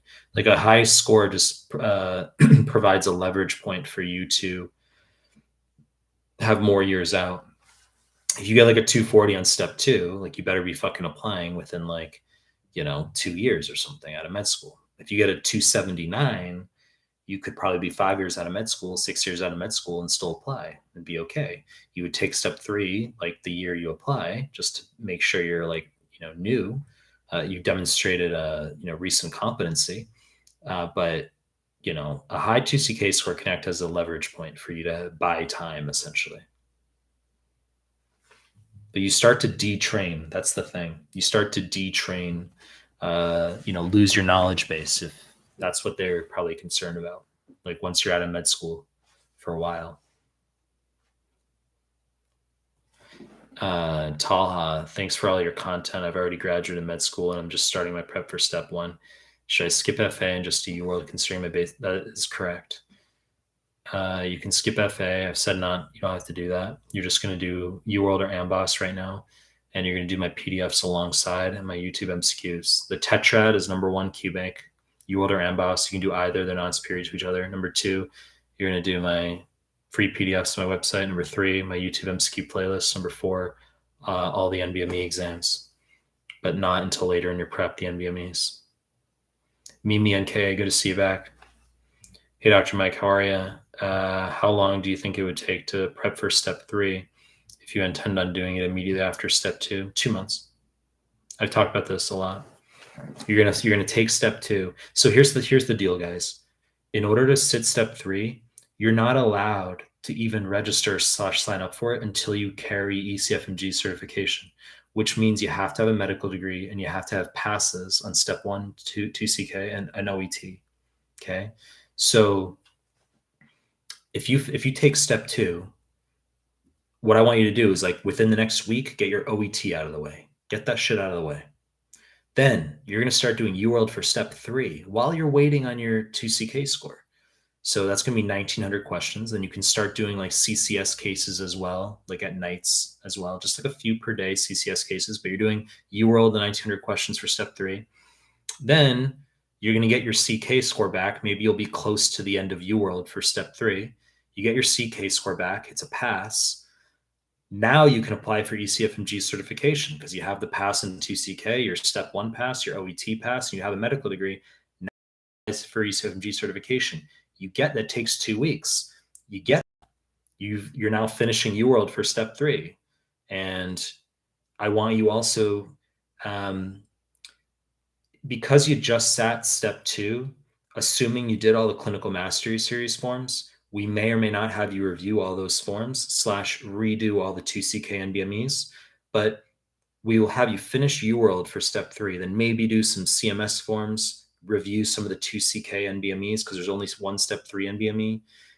Then once you get the ECFMG certification, you're just going to register for step 3 like 2 weeks later, and you just sit the exam literally because you finished UWorld, you finished the CMS forms, you've redone the 2CK NBMEs. You sit the first day of step 3, you take about 4 days in between where you just knock out CCS cases, and the second day, of step it's a 2-day exam. The second day, you'll just do your CC. You'll finish off the MCQ and have the CCS cases. So the short point, the too long didn't listen, is while you're waiting on your 2CK score, you can knock out UWorld for step 3. Holy shit. Okay. And the CCS cases. That's what you can work on in the meantime. And then by the time the whole fucking process of getting your 2CK score, getting ECFMG, applying for ECFMG certification, getting ECFMG certification, you're done with like step 3 prep. So it worked out fucking perfect. You just sit.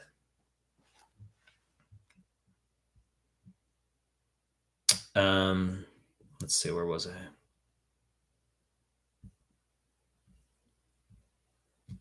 Mito, please help me make a crash study plan for step 2 with 6 weeks until my exam. Which NBME should I take as a baseline tomorrow, or should I do one of the UWSAs? You're going to do NBME 6 if you need a baseline. Okay, you're going to do 6 through 8. You're going to do free 120. You're going to do 9 through 14. I would say pretty much you can just be focusing. You could do NBME 6, as I said, to get a baseline. But then I want you pretty much just on the CMS forms for like another 3 to 4 weeks. You got to do it past the CMS forms, so 3 to 3.5 weeks in the CMS forms. You want to do 2 passes of those ideally, but if you're talking 6 weeks, you only have 6 weeks. You could do NBME 6, do all this to get your baseline, do all the CMS forms, 3 to 3.5 weeks. Then you're going to do just 7, 8, free 120, 9 through 14.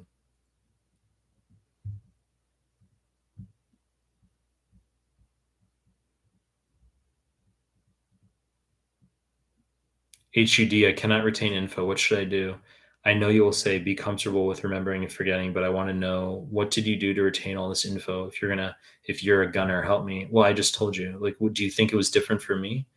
I'm not prevaricating. I'm not lying. The process of remembering, forgetting held true for me. That's why I communicate that to you, right? That's how it was when I was studying for step 1 and 2. It's normal. No matter how you're scoring, you're going to be remembering, forgetting.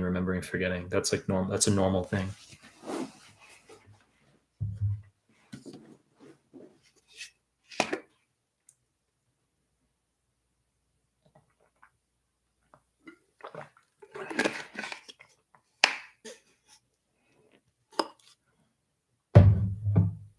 Gaurav Thakur, God isn't what ideologies.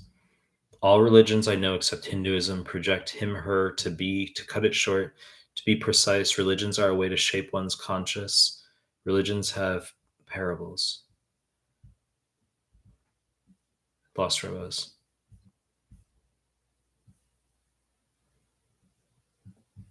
Where the fuck was I in the chat? Here we are. Shruti, thanks a ton for going into so much detail about the NBMEs. Gaurav, subject is too long and you probably get bored of my blabbering. Amir El Sayad, is there a high? I'm not answering that cut question. Catatonic, what happened? Actually, you know what I'm going to do right now? That's what we're going to do.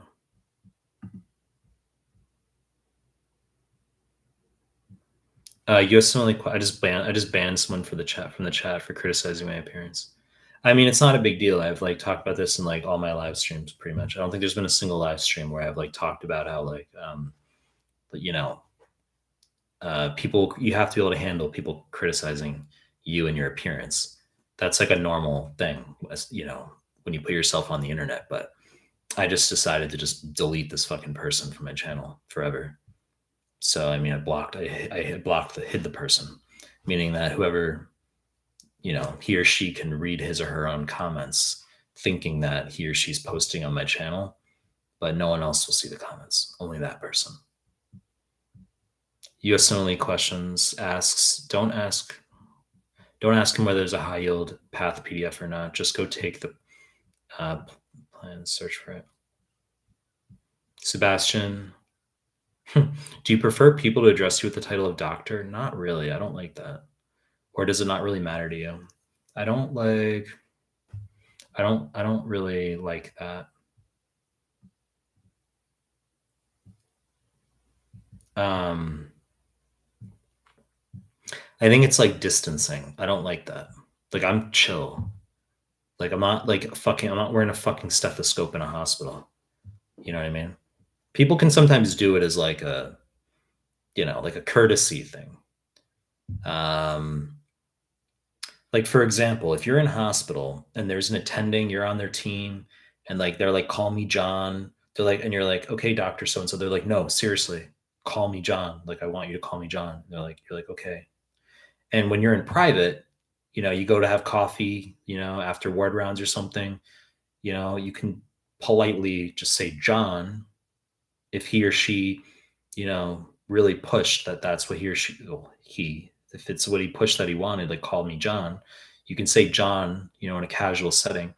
But if, for example, you're at like the bedside or, there's staff around or there's patients around, you better fucking say Dr. So and so. There's no calling John.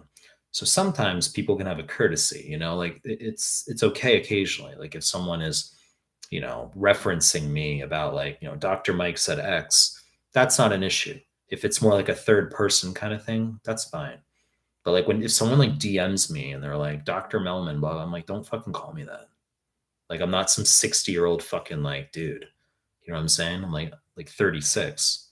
Like it's not that fucking old, is it? I mean, I know if you're like 23 or something, you're like, that's so old. And it's not that fucking old, right? I mean, so Sebastian, I just fucking read that.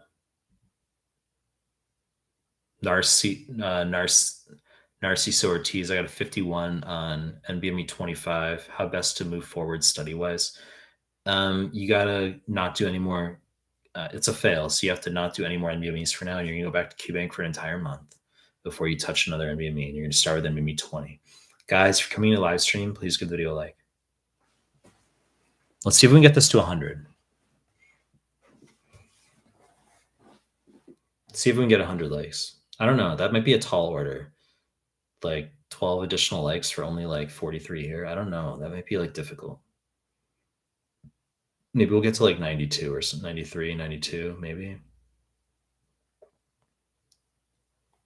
94. I don't think we're gonna hit 100. That's my guess. I don't think we're gonna hit 100. Let's see. Marisa Gaspara, can you please go through breaks for step 1? Yeah, like I've said, for when you're in the real deal, what I want you to do is do the first 2 blocks back to back with no break. Okay, so you're gonna take 60 seconds sitting at your desk without leaving the testing room, if at all possible. So if your first block was not a tragedy, if it's like if you got through okay, your caffeine load feels okay, like everything's like intact, you can go straight through to the second block. Okay, just take 60 seconds, kind of, okay, just here we are, and then you just go straight into the second block. Okay, now after your second block, you can take 5 minutes, 5 minutes, 5 minutes, 5 minutes straight through. That's what you're going to do. No extended lunch break, no extended calorie load. That's what we're going to do. Okay, so yeah, I think the worst thing you can do is take an extended lunch break and have a large calorie load. I think that's the worst thing you can do. Okay, just and every break, just a few sips of water, maybe half a protein bar, granola bar. That's what you can do. June Lee, how did you come up with the Mehlmanmedical emblem? I mean, I don't know what to say. It's a fucking good emblem, isn't it? Shit's cool, says June Lee. June Lee, how's California? Oh, June Lee, not a joke. I had a shitload of fucking chanja. I don't know how I didn't mention that. I had, as I said, I had steak for dinner. I had a lot of steak. I had chicken. I had a salad with salmon. I had a small amount of potato. I had a fucking shitload of spicy chanja. It was fucking excellent. It was really good. I hadn't had chanja in a long time. Do you like chanja, Junli?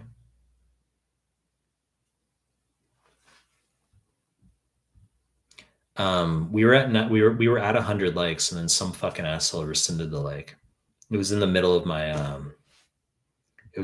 last explanation. I think it was like a troll move, because it was like, if I rescind the like, someone decided that there we go, we got back to 100. right? You know, there's someone in the chat who is like, I'm discontent with the state of affairs here, right? Someone liked it and was like, no, actually, I don't like it. I'm gonna rescind my like, you know? If you're in this chat and you're not subscribed to my channel right now, that's a problem, right? There's some of you who probably aren't subbed to my channel right now, and you're like, well, I know he's saying subscribe to my channel, but I'm still not going to subscribe to his channel. It's probably a good idea though, right? You could sub to my channel. It's a small channel, right? Help grow the channel. Ram Agrawal. Hi, I'm from India. Scored 225 in my step one. Is it possible for me to get into a good internal medicine program considering I'm still left with step?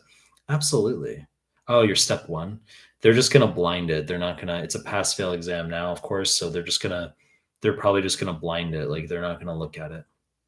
Um, you just have to do well in two. You just have to pass 2 CK. That's all you have to do to match. You just have to pass.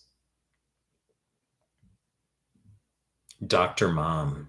Hi, my exam is after 3 weeks, and I did NBMEs 21, 22, and started the online NBMEs because I'm passing. And I don't think I can do NBMEs 23 and 24. Is that okay? What do you mean you can't do 23 and 24? Why can't you? Dr. Mom. If it's because you're catering to the kids, that's okay. That's a good thing. But I still think you should do NBMEs 23 and 24. I still think you should do that. Kisbel Pena. Fucking lost where I was. Here we are. Kisbel Pena Estrella. Hey, Mike. What's going on, Kisbel? What are you up to? Ali H, good to see you back. Hi, Dr. Mike. Just want to say hi. Udit Choebe India says, you look like a Giga Chad. You can't get fucking high on your own supply if someone says something positive, because I just, like maybe 8 minutes ago, someone criticized my appearance, right? So if I'm happy, quote unquote, if I'm like, oh, this person complimented me, if that makes me happy, quote unquote, you can't have your cake and eat it too. It means I simultaneously felt a negative perturbance when someone criticizes. You can't have your cake and eat it too. So I feel zero when someone says something positive like that. You have to just react and think zero to everything. Just deflect everything, right? People criticize my appearance every day. You gotta you just become immune to like people saying anything, positive or negative. Thank you so much, Sarah says. Sarah Elsinad. Jenny Bush. Do we time ourselves doing NBME CMS forms for step 2? 9 through 14, you should do timed, absolutely. 6 through 8 and 120, you don't have to do timed. Barely finished step 1 blocks with the timer. I've always been a slow reader, processor. Tips on being quicker to limit test taking stress. Yes, I've talked a lot about going through questions faster. So you're going to, I literally don't want, I could talk about it. It's just, you're going to glance at the answer choices first so you know what type of question you're dealing with. Is it an organism? Is it what's the next best step in management? Is it what's the diagnosis? Know what type of question you're dealing with, and then look up the lab values. Okay. And so if you glance at the answers and you see something like prerenal azotemia or acute necrosis, or if you see those types of answers, you know right away, I should look for a BU and a creatinine ratio. Okay. So you kind of have to, you glance at the answers, glance up the labs. Is there a, as I just fucking said, BU and a creatinine ratio type thing? Is there sodium potassium pH biocarb for aldosterone? Is there a urinary osmolality, specific gravity, serum sodium type thing for SIADH-DI? Right? Is it a pleural fluid pH for empyema versus chylothorax? Like what kind of question or what kind of lab values do you have there? And then it could be like the one I just put out fucking today on my last YouTube MCQ. I don't know, like fucking 8 hours ago. Actually like 6 hours ago, which was false positive blood on urine dipstick for rhabdo. Okay. So then you glance at the labs and then you look at the last line. And sometimes you can get a quarter to a third of the questions you can get from the last line. They just say right there, they're like, thyroid nodule that has amyloid apple green birefringence, and you're like, instantaneously, it's medullary thyroid carcinoma or increased serum calcitonin. Okay. It's very buzzy. If you still can't get the answer looking at the last line, you can glance around the question for random words. Does anything jump out at you? If you still can't get it, you start at the beginning. I don't start at the beginning of a question until maybe 5 to 7 seconds of like glancing all around and not getting it. If ever a student sends me a question on the Skype, like they want me to look at a question, that's how I answer it. And they'll hear me get pissed off if I can't get it in like 5 to 7 seconds, just glancing around. I'll say, you fucking serious right now? I got to read this. That's how I react, because I don't read questions anymore. So 5 to 7 seconds, if I can't get it, I start at the beginning and I read it quickly through. You got to develop that skill for 2CK in particular. I should articulate, this isn't some contrived or manufactured procedure for going through questions just for the sake of it, right? It's not like you're getting up and it's not like you're a Kaplan proctor and it's like, here is like the manual for what you need to tell the students to like do for questions and stuff. It's not like that. It's like, I've evolved to literally just over a decade plus of teaching and going through countless thousands of questions daily. Like, this is what I've evolved to do. And I just say, well, if I have to like reflect, if I have to articulate like what I do, that's it. I go backwards, as I just described. And that's how you gotta approach questions. Like, I'll send a big fucking question to a student sometimes, and like he or she will just start right from the beginning. They're like, a 32-year-old woman came to the visit, and I'm just like, stop fucking reading.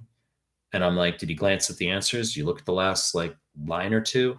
And I'm like, look at the last couple lines, and they're just like, okay, double-stranded DNA, like antibodies. I'm like, okay, what's the answer? It's like prednisone, cool, for a lupus flare, right? So it's like that type of thing. It's like, well, you just saved yourself 7 fucking minutes, because otherwise I'll have the student read on their own. And then I could literally go to the convenience store and come back and they're still reading the question. Von Willebrand disease asks, would you ever make self-assessments for board exams? I feel your audio QBank questions are a great representation of what is seen on the real deals and would be helpful. Yeah, I mean, my questions are purposely shorter. My MCQs on YouTube are purposely shorter than a lot of YouTube MCQs, because I want to teach. My point is to teach you key concepts. That's what I want you to know, is key concepts. The purpose, like I've had some people say to me through DM that they want me to make longer questions, so that they're more similar to like some of the long NBME questions. Do you fucking want that on a YouTube clip? I don't think so. I don't think so. You kind of want just like, tell me a key point, or like help me be very incisive as far as a key point is concerned. Be cut to the fucking chase. You don't need like a 15-line massive rambling fucking paragraph. Marisa Gaspara says, thank you for helping me pass comp. I finished UWorld, did half my incorrects, 30% done with AMBOSS. Should I finish AMBOSS or do incorrects? That's weird.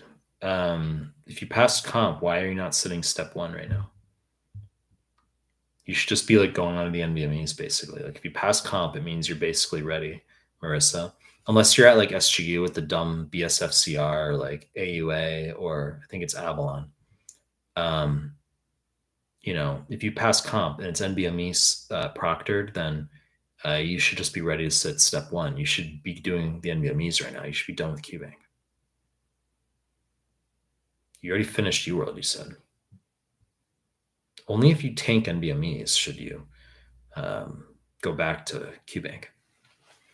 Christian Senni, are you thinking you're going to practice medicine in the future? No fucking interest. I've said that. But I would do family medicine. Like, if I had gone on, I would have done family medicine, probably in Hawaii or something. Guys, give the video a like if you're coming to the live stream. Really appreciate it.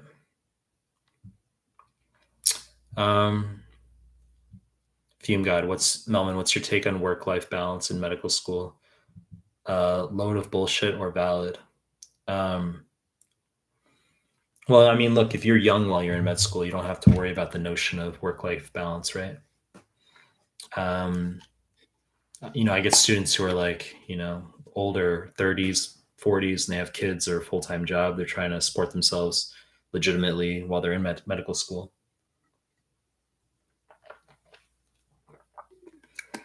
in general, you should understand that prepping for USMLE is a full-time job.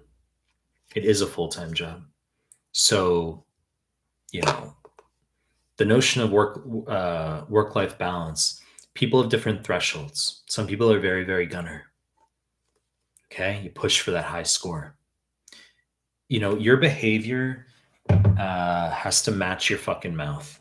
Okay, your actions have to match your ambitions. So if you want a 270, 280 plus, you have to. If you want a score that's top 1%, you have to study at the top 1 percentile level. Okay, you can be very bright. You could luck out in that way, but your score is going to be test taking ability times your work ethic. So let's say you're an above average but not ludicrous test taker. You're a decent test taker, not crazy. Okay. But if you study at like the 99 plus percentile, like you pretty much just like you don't have a social life, you just go to the gym and that's it, then you could get a very high fucking score on the USMLE. Now a lot of people don't want that. They say, well, I want to like hang out with my like girlfriend or like do XYZ or like, you know, go to the beach or whatever. Like I want to do those things. And there's nothing wrong with that. You can do that. Or I got to take a day off per week. Okay. So, I mean, people have different thresholds. I get students who I ask them sometimes, like, do you need a day off? Like days off in your schedule? They're like, no, I don't need days off. I'm like, great, good. Other people are like, definitely, like 1 day per week kind of thing. People have different thresholds.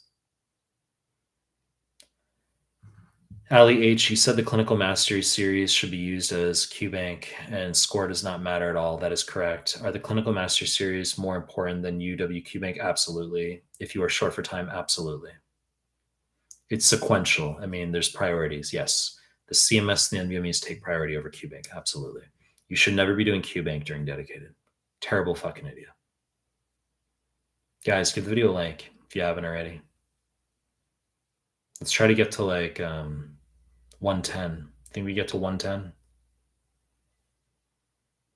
Sagar Patel, hey Mike, are the stroke syndromes important for step one? They suck, man. I mean, it's hit or miss, right? It's not the highest yield stuff. Like Weber syndrome, holy shit. Weber syndrome, midbrain stroke shows up in one of the new NBMEs. That catches everyone off guard. They're like, what the fuck? Right? Contralateral spastic paresis with ipsilateral cranial nerve 3 findings. So you get a stroke and then it presents like a down and out on one side, ipsilaterally, and the contralateral side of the body is spastic paraparesis. That's Weber syndrome. It's on like one of the new NBME exams. Pikachu. So Pica, posterior inferior cerebellar artery. Pikachu. So Chu dysphagia. You can see with that's lateral medullary syndrome, Wallenberg syndrome. So Pica, or it can also be vertebral artery, like vertebral artery dissection, for example, like due to a chiropractor.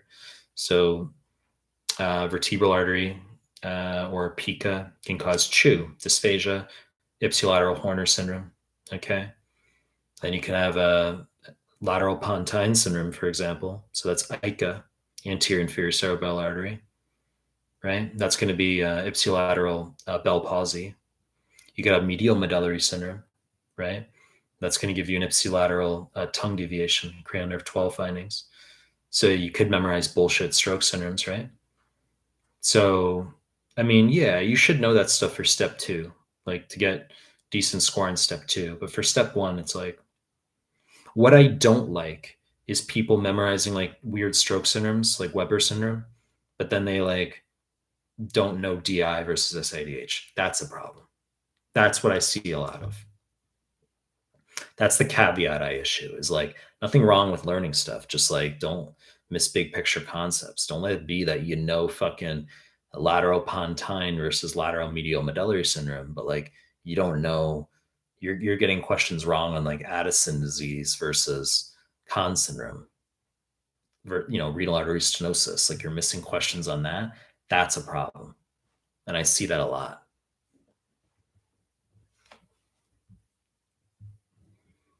Ultimate crazy thing today. I have no idea what that refers to, LEH.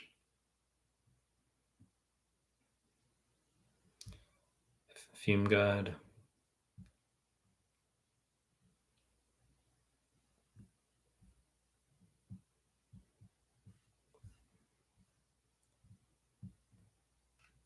Just reading comments. Rayhan Zahid, how much on NBME 31 to know you're ready? I've said, like, in general, you want 2/3 on the NBMEs, but for every NBME you sit, you're going to plug your 2-digit or your number of wrongs into Google Images. You're going to type NBME 28 score conversion Reddit, NBME 25 score conversion Reddit, and you're going to get a 3-digit score. And then 197 is the equivalent pass for step 1. I want to see 205, 210 plus. That's what I want to see. So NBME 31, I think there actually is no conversion, but you can just use the NBME 30 graph. It's fine. But you got to get 205, 210 plus. That's what I want to see.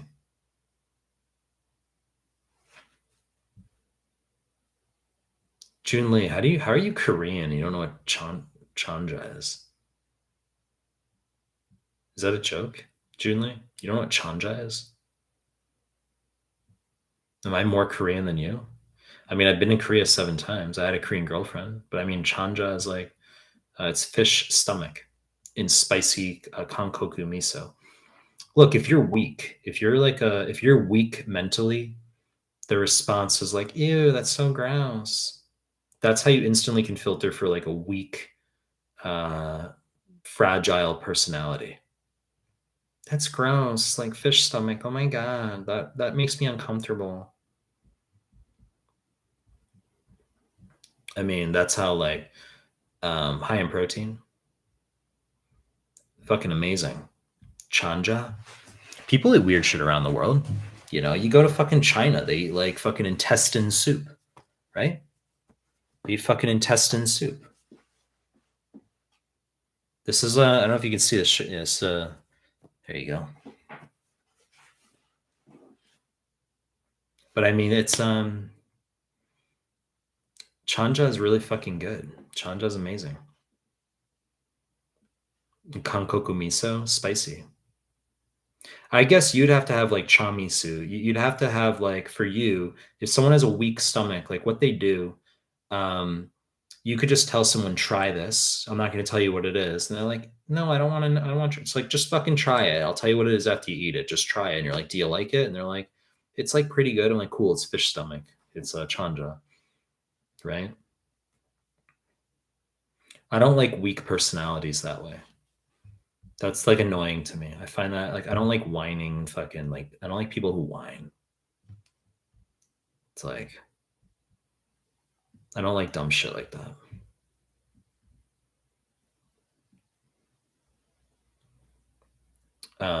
On step 1, I didn't. Border asks on step 1, I didn't finish block 1 in time. 10 questions left over. The adrenaline made me go 2 more blocks without a break. I repeated the experience on block 2, and after block 3, I took a break. Stigmata, is it okay to take a break from questions and just read PDFs for a couple weeks? No. Few days, maybe. I've said always do questions in the morning, take a lunch break, then do PDFs in the afternoon, evenings. I've said that. Border, felt like shit, felt like crying afterwards. Still passed after 2 months of waiting in limbo. Feelings don't correlate. Trust NBME practices, even if you think you have reasons to not believe them.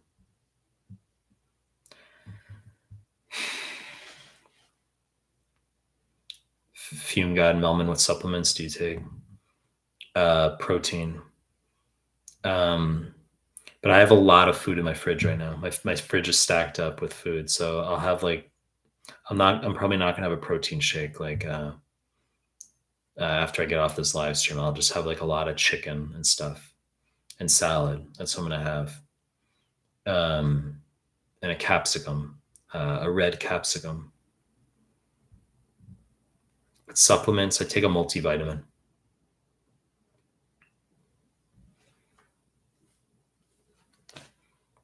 Ayat Ali, hey Mike, did old free 120 today. I found it simple, correlated NBMEs with no deep molecular stuff. It's the same for the real deal.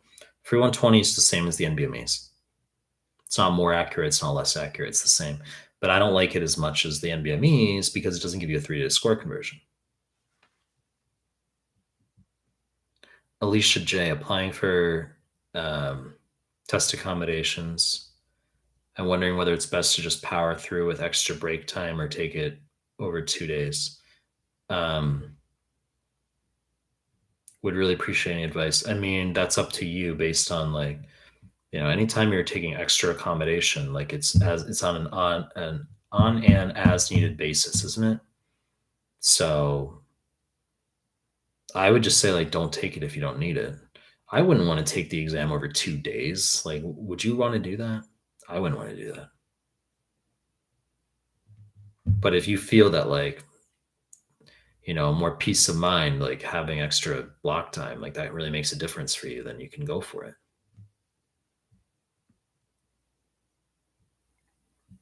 Where was I? Guys, give the video a like if you haven't already. Let's get over 110. Let's get over 110 likes.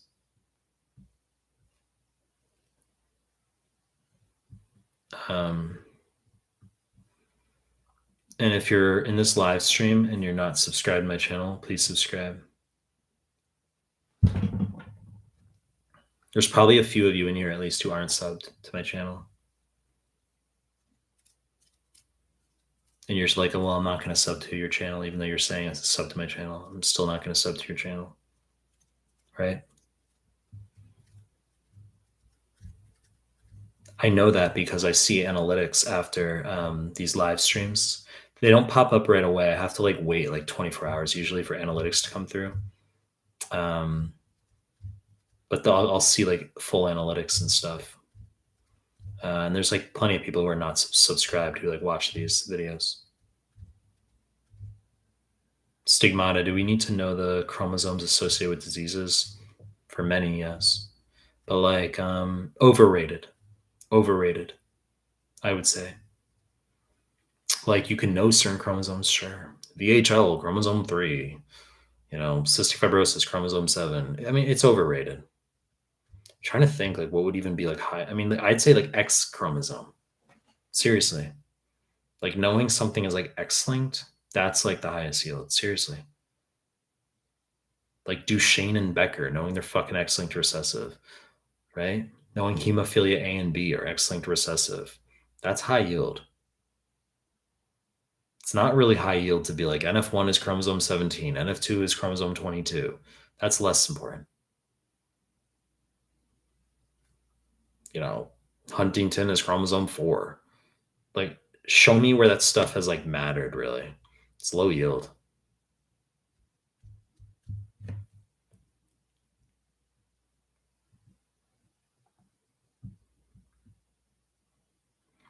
Gene Abreu got 50% and made me 23. How long should I take step 1?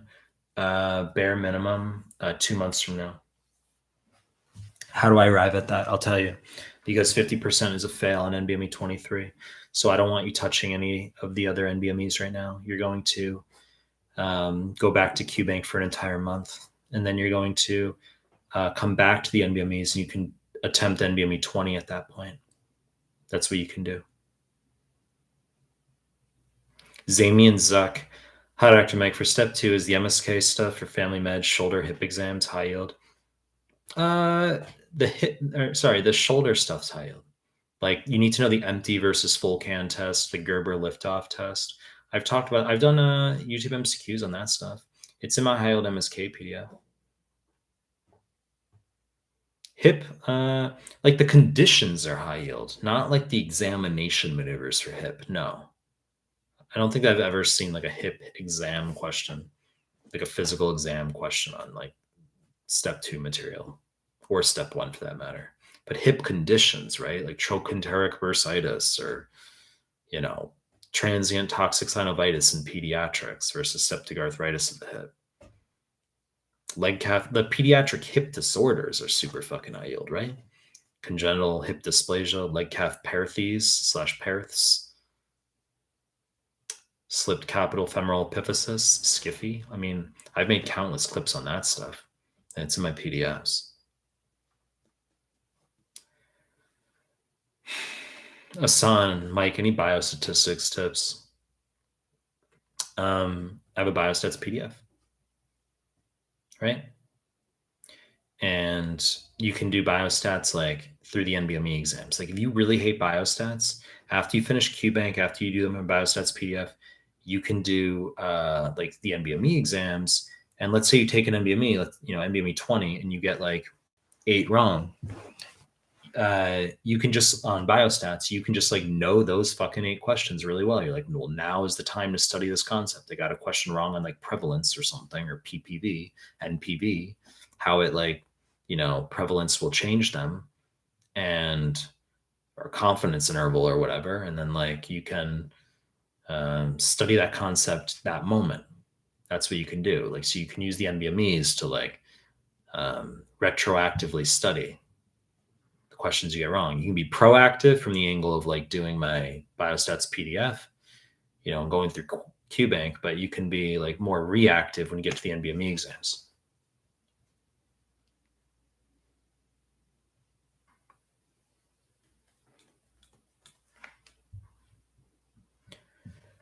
Hi, Dr. Mike. What is your IQ? You can't answer that question without losing subs, basically. Right? That's a question that like that's more of like a character question, actually, where I think if someone addresses that head on, that can rub people the wrong way. Rehan Zahid, bro, I need a word. I want to take exam this November. I'm almost halfway done with UWorld system wise. Please tell me what's the best, the least time consuming way to prepare. I have barely 6 to 8 hours as I have school. You just have to finish fucking UWorld. Okay, you're gonna know your personal like school schedule, so you're gonna have to get through the entirety of QBank, and then you're just gonna do the NBME exams. Okay, so finish UWorld. You said I have to barely 6 to 8 hours. I mean, 6 to 8 hours per day is not terrible. Okay, it's not terrible. So, you got to finish QBank, and then you're going to go to the NBME. It's not a crisis, and you're going to work through my PDFs, my YouTube MCQs while you're doing QBank.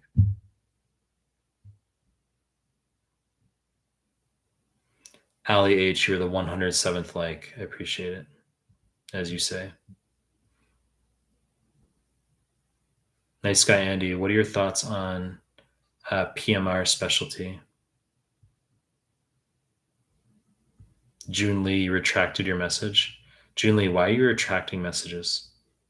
Are you like embarrassed that you didn't know what chanja was?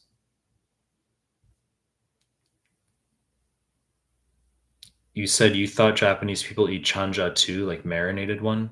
Chanja is Korean. It's not fucking Japanese. Like it's like a gyoza. Like Japanese eat gyoza. If you come here, you're like, oh, gyoza are fucking amazing. Well, they're dumplings, but they're like Chinese. Like they come from fucking like China, right? It's like known that it's like a Korean food. It's not Japanese. Gyoza are good. I don't eat gyoza often though.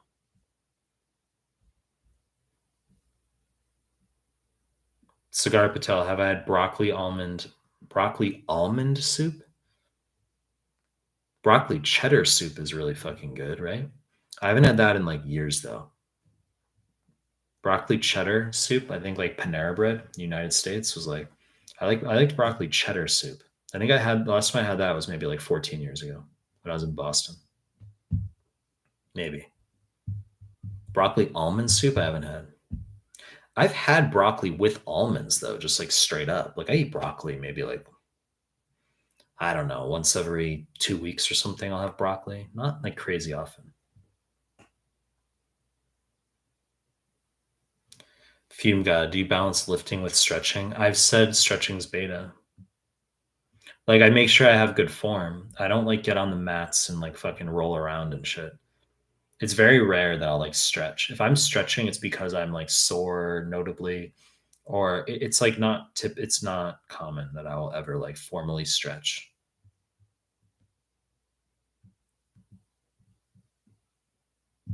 Muhammad Abadi, and even if you can make an argument and say like, it's really good to like stretch anyway, Michael. I see it as wasted time. Like the amount of time I'm going to spend in the gym, I'd rather just like lift other things. I'd rather just be like, well, I just fucking spent 20 minutes stretching. I could have done like fucking knocked out back. 20 minutes, you can literally knock out like 4 fucking sets of lateral pull downs and like 4 sets of rows or something. And meanwhile, like you got some fucking dude on the mat who's like stretching. It's like, please, right? Like you go to the gym, like not even planning on doing back. You could literally knock out like 8 sets of fucking back in like 20 minutes at some other dudes like stretching.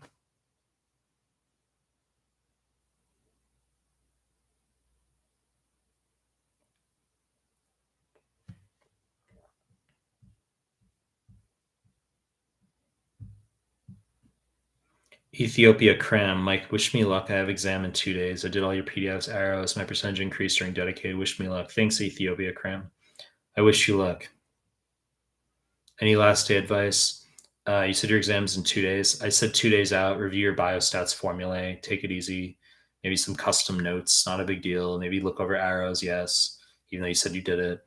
The day before tomorrow, just have a chill day. It's not like an undergrad like biochem test you're pulling an all-nighter for. It's the medical licensing exam. So if you think that what you do literally the day before your exam is a make or break, then it means you're not ready. Like you got to be like chill the day before. Foz, what would you score on? I just fucking lost it.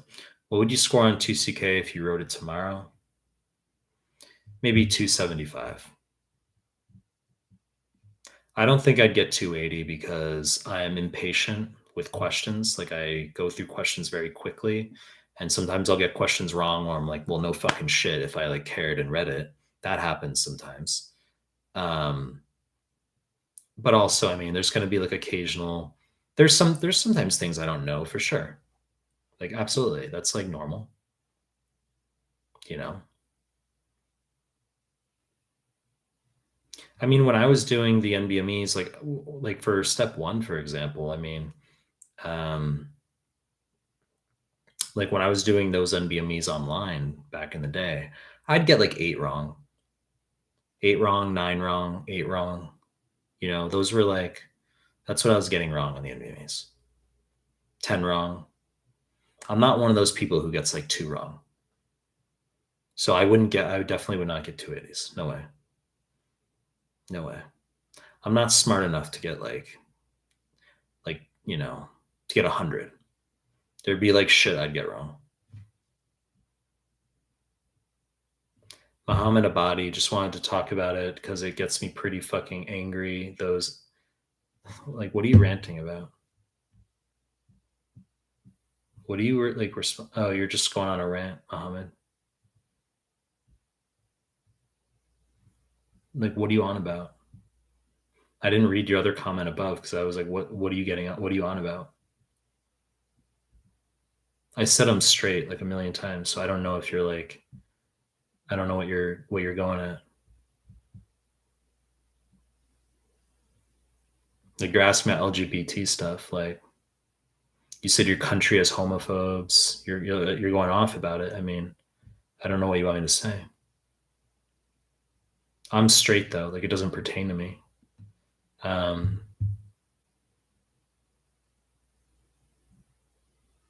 Hudio asks, Arrow's PDF does a great job of highlighting those must-know topics, such as knowing stroke syndromes versus SIDHDI. Do I talk about stroke syndromes in my Highlight Arrows PDF? I don't think so. What are you talking about?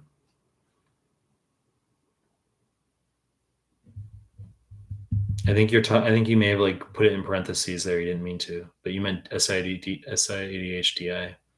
I don't think I don't talk about that. How would I turn stroke syndromes into an arrow question? Be like Horner syndrome, up arrow, yes or no? It's like, yeah, it's an up arrow. We have Horner syndrome for lateral medullary syndrome. Like I wouldn't do it like that.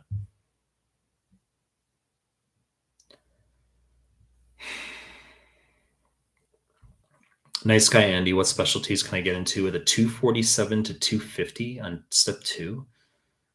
I mean, you can get into quite a few specialties. There's objective data. I mean, you have to pair it with Also location as well. You can't be delusional. Like you're not going to get into dermatology with a 247 to 250, most likely. You could, but it's not typical. But the data's online. Like they have the graphs, like 25th centile, 75th centile, if people who match don't match. And you'll be like, well, I'm in this band. And you'll be like, I'm 50th percentile. And so, like, in this specialty, so you'll be like, half the people who matched into this specialty had below my fucking score. So I should have a pretty good shot. Like that should happen. You can look at that data objectively, like the NRMP match data or whatever, or NMRP or NRMP, whatever the fuck it is. But that data is on the internet. Ayatollah, can I exclude G6PD if they mention a female in the question? Yes, you can. Unless if they want to make skewed lionization, which is skewed exon activation, a focus, that'll be like the focus. Don't like read between the lines and overthink shit about like, well, maybe it could be skewed exon activation. It's not. If it is, they will make that the answer or something. It'll be like, how is this possible in this female for hemophilia B or something? The answer will be like skewed lionization or skewed exon activation. Lionization with a Y, Lyon. Lionization means exon activation. Lionization, like the actual animal, Lion. Lionization means to like treat like a celebrity, to laud somebody. Alicia J, thanks, Mike. I appreciate you taking time out of your day to answer questions. Sunshine Puppies. Just hopped in, so sorry if I missed this. For step 2 USMLE, using UWorld as my main key bank, doing Amboss on the side. If I want to get most bang for buck from Amboss, how many hammers should I do? No fucking idea. People have been asking about hammers lately. I'm not familiar with this hammers concept in UWorld. Some people in the chat have like that must be a new thing with UWorld or with Amboss, this hammer thing. You say, Mike, what do you mean you don't know hammers? I mean, what the fuck do you want me to say? I don't really give a fuck. That's why. It's more just like get through the Q bank. Like they can have like, this question's an axe question. This question's a shovel. Don't give a fuck. Okay? Amboss wants to do their thing. Don't really give a fuck. Just go through the Q bank. Finish it. Prashant Reddy, are the old NVMe 678 really worth it? Yes, the answer is yes. Cree code, are you using a filter? The answer is no. How would I even use a filter? I'm not using any streaming software. Like this, I'm using YouTube directly right now. Like I could like when I make my YouTube MCQs, I use like a streaming, like a like Streamlabs. I use that. That's like a common thing to use. So you can make like people who stream like professionally, like they do like they can have like their social thumbnails up on the screen and stuff, and I don't know, use a fucking like green screen and all this stuff. Like I don't do that. I literally just like clicked into YouTube and hit go. So what the fuck are you on about? Hi Mike, nice to see you again. Sumera, long time. Cree code, are you an NPC? Theme God, Melman, are you a coffee guy? Espresso? Tea? I haven't had coffee recently. I've been drinking like a lot of tea recently. I had how many teas do I even have today? I don't even know. This is like my third tea today. I drink a lot of tea.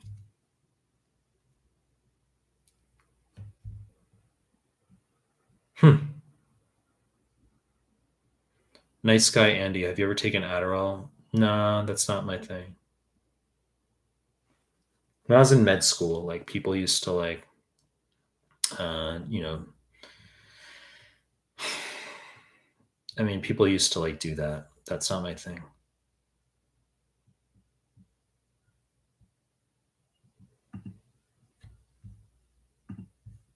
I'm just like, I just blocked someone from the channel. Like you have some cuck who like literally posted 5 like derogatory. I mean, I don't even like react to that. Just like just dumb shit, low IQ. Like if you're gonna come, if you have nothing better to do like with your life than to come into my like live stream on my tiny YouTube channel and like say derogatory shit to me, you're a fucking loser. Like go back to your lunch table.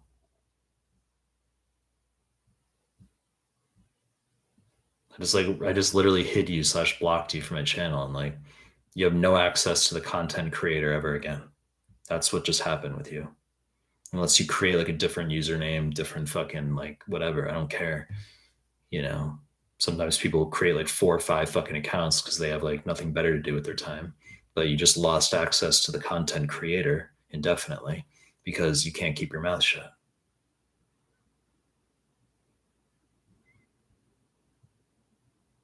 Christian Ohm, why don't you take creatine? I mean, sometimes it's I sometimes take creatine.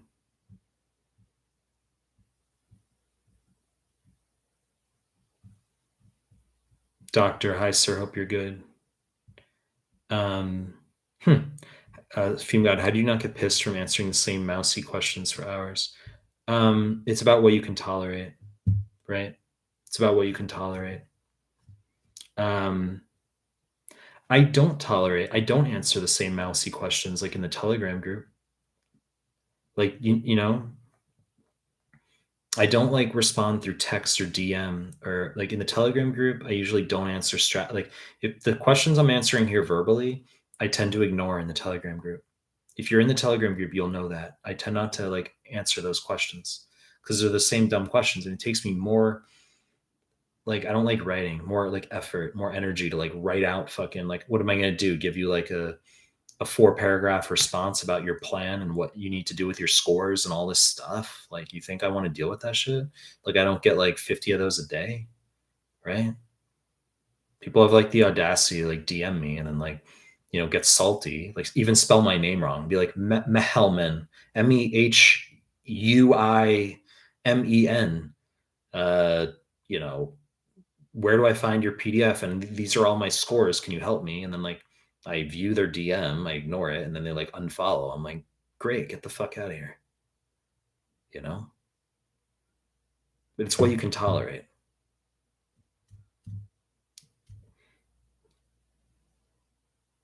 Let there be no confusion though. Like, you know, in order to grow, you have to answer like the same dumb shit repeatedly. So it's the mileage you got to put in. You know, you don't become like an influencer by accident. And I'm not an influencer. I'm not delusional. Trust me. This is a small channel here. This is not. I'm not big. But if in 4 years or something you revisit my content, you're like, oh, I remember that dude. You know, he's bigger now or whatever. 4 years from now, 5 years from now. Let there be no fucking confusion that it's because I fucking answered the same dumb fucking questions like daily for like 4 or 5 years. It's not an accident. But I'm not big. I'm not delusional. I'm not there yet. I'm not an influencer. Diego, you're still alive. Damn. This isn't even long. Like I did like a 4 hour live stream the other day. Taha Mahmood. Mike, are you currently not practicing medicine? Appreciate the entire I said I'm not a cuck doctor. I do USMLE stuff. That like bemuses some people. Some people find that like weird. That like I'm not like radical. They find that like weird that I'm not like practicing. Like believe it or not, some people graduate med school and they do other things. Some people go into law. Some people go into business. Right? It's like, don't people graduate law school and then like not become like practicing lawyers? Like maybe they go into politics. You know, you literally have like presidents, like Obama was, you know, Hillary. They graduated law school. Like people, you know, you do like you get a degree, and then it doesn't always entail that you go and sit in some office and talk to patients, or that you're like in a surgical theater. Like it's not always linear, parochial in that one domain.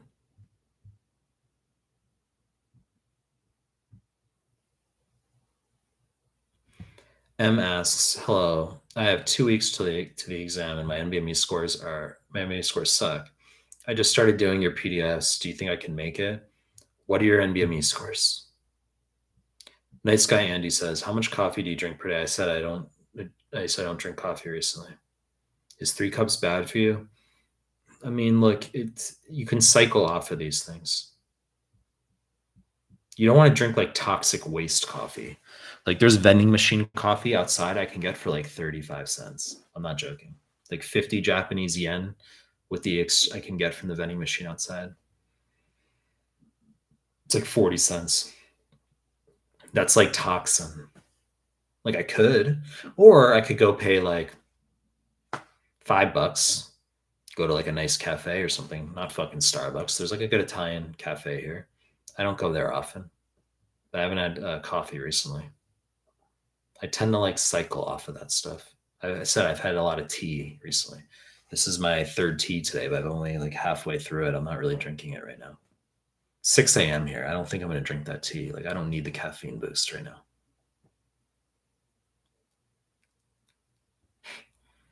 What's your favorite pen? This is KSAI. Is that a thing? Maybe my favorite pen? Is it, I mean, is that like a question? I mean, like when I was writing kanji, like back in the day, I preferred that style pen, the one I just held up. I liked having different colors for my kanji and stuff, but like, it's a weird fucking question.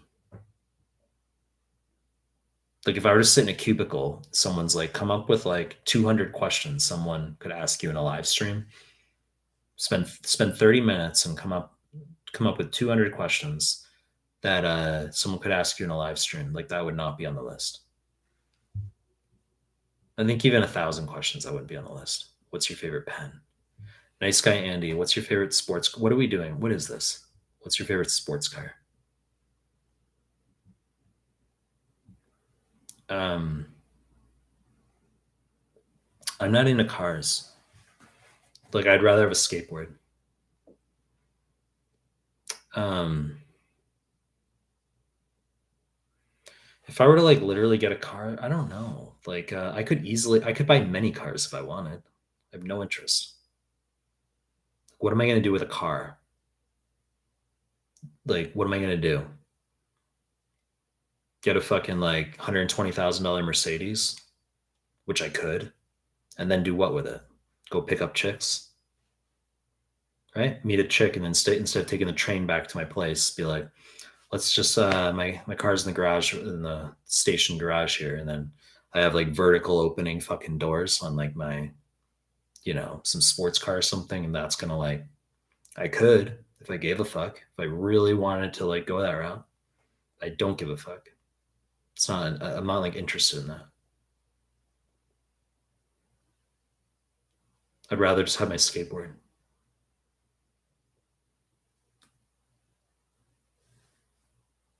But I mean, it's the benefit of living in the city as well. Like, if I lived in the burbs, if I lived out in the suburbs or something, I needed a car, like, to get in and out of places easier. But I think life is better when you don't have to drive. I would rather put my money in Bitcoin than a stupid fucking car. Like, infinitely, I'd rather put my money in Bitcoin. Dan Blauman, do you genuinely not feel anything positive or negative with regard to love hate comments? The answer is correct. Yes. There's no way you didn't have to develop that ability. How long did it take you to become like that? I've been like that for many, many years. Many years. I mean, that's what like a high approach volume does to you. Can't be faked. It's a macro growth. Can't be faked.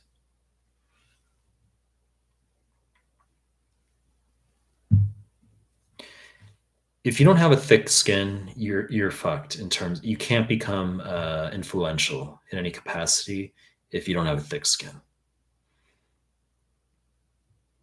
As you become more influential, you have to handle people talking shit,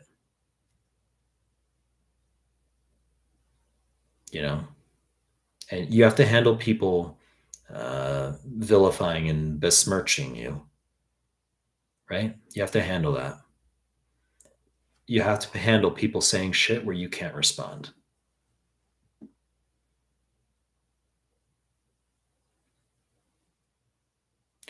People who have influence, like real influence,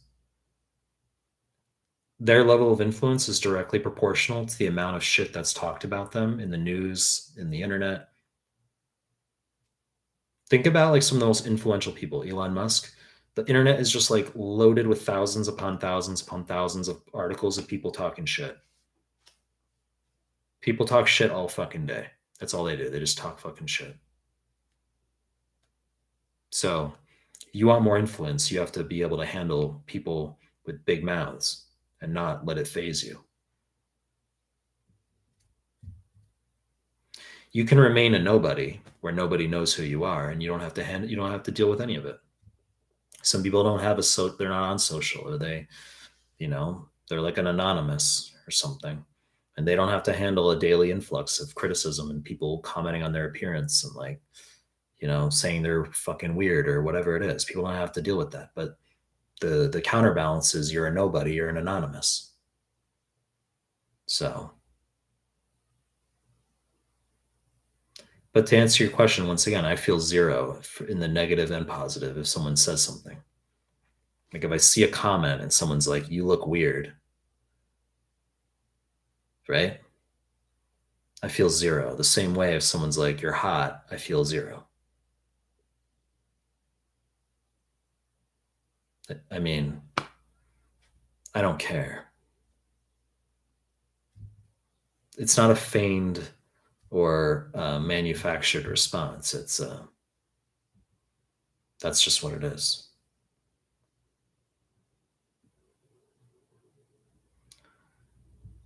Nice guy Andy, I said I have no interest in research. I was doing a PhD and then I walked to the master's because I hated it. Fume God, Melman, you ever think about just the answer is no to that. The answer is no to that. Hamad Mustafa, never seen a person having that level of teaching skills. Exclamation point. Like I feel nothing to comments like that too. Like daily, people tell me I'm like the goat for teaching. I feel zero. Right? The same way I feel zero when someone criticizes my appearance or something. I feel zero for all comments I see. Just like I don't know. There's no emotion for me. You can't be emotional as a dude. That's a weakness.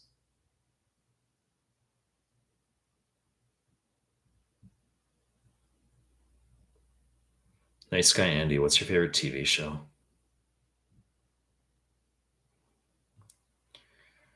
I don't have a favorite TV show.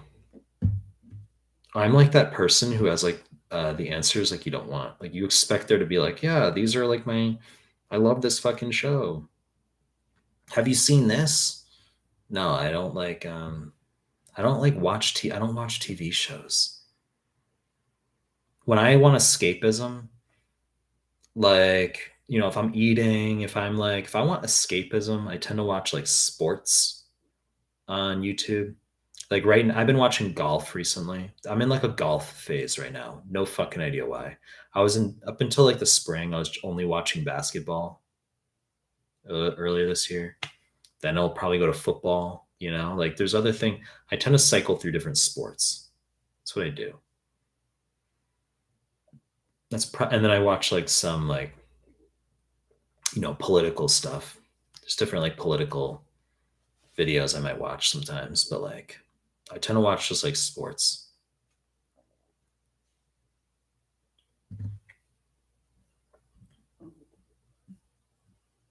Mont Blanc is a good pen, says Nakia.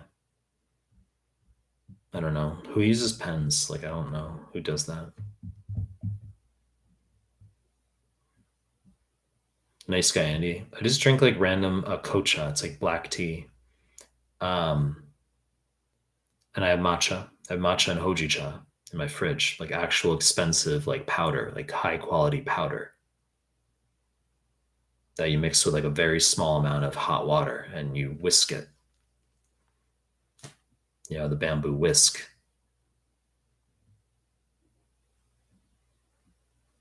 Do you sleep with a dream catcher? Is that a thing?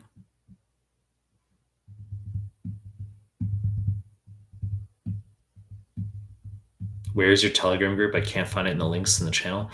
I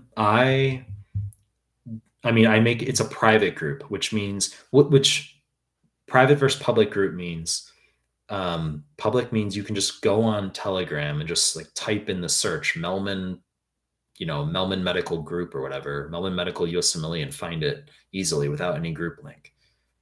Private means you need the link. Anyone can join, you just need the link.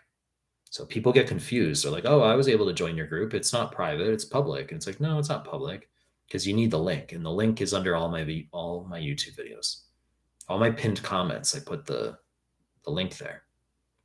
Guys, if you're in this live stream, please give the video a like. And if you're not subbed to my channel, you're an asshole. There's some of you in here who probably aren't subbed to my channel. It's fine. You don't have to sub to my channel. Just, you could, right?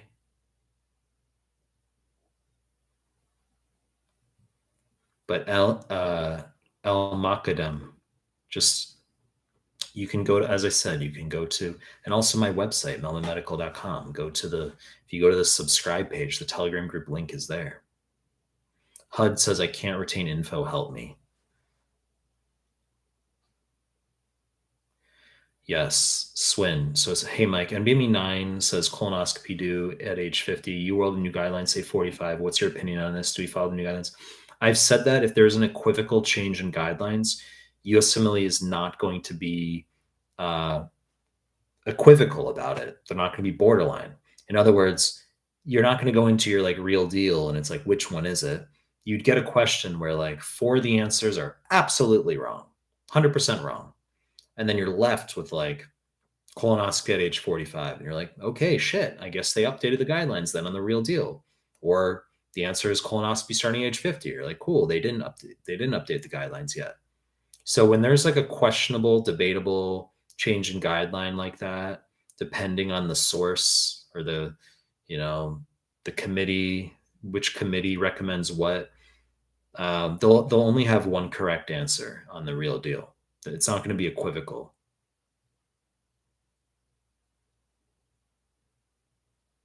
Besides watches, what do you spend your money on? I'm pretty frugal. Bitcoin. I mean, like I'm waiting. I think Bitcoin's going to have another leg down. I'm not FOMOing in right now. I don't think the bottom is in. I think there's way too much bullishness in the market right now. There's too much bullish sentiment in the market. I don't think there's been a max pain yet. I think we have another leg down. So I'm just holding on to, I don't need to go into specifics of my finances, but I'm not spending my money on, like I could, right? I'd rather have Bitcoin than a house.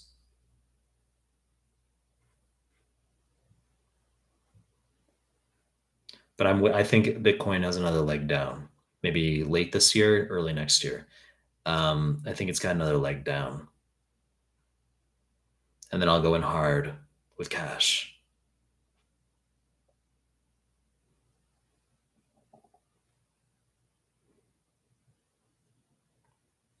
Why don't you recommend first aids as HUD? Because we don't have a numerical step 1 anymore. How many times have I inculcated that my PDFs are sufficient when you have a pass-fail step 1? Nothing against first aid, but I mean, there's superfluousness there when you've got a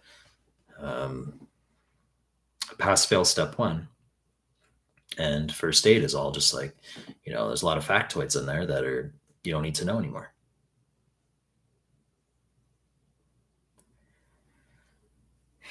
I don't smoke, Fume God. Like you ask about cigars. Like I've had like in my life maybe When was the last time I like smoked anything? Maybe pre-COVID I had like shisha, I had like hookah. I went maybe like a hookah bar or something. Like I don't smoke. Cigars, I'm not into that. I think you got to have a certain like, you know, you gotta you can enjoy certain things. Like I said, I'll drink sometimes. Like I like tequila, beer, like Nihon Shu, rice wine. Like I'll drink sometimes, not often, not often. Once a week tops, and a little bit.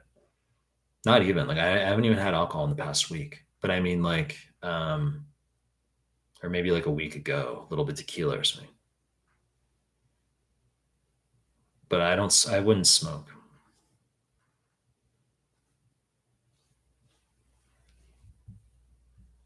I think smoking's low IQ. Smoke People who smoke piss me off because I skateboard around and I gotta fucking inhale people's shit. Like I'll like get a whiff of someone's cigarette and I'm like, where is that? I get pissed off. I'm like, where is that? And then I'll just see some random fucking person like 20 meters ahead of me with like a cigarette, and it's like I'm catching it in the wind, and it's like someone else's bad fucking low IQ habit. I gotta inhale their fucking shit. That pisses me off. I hate that. And then I'll literally like hold my breath while I'm like skating like another like 20 meters or something. Right? I hate that.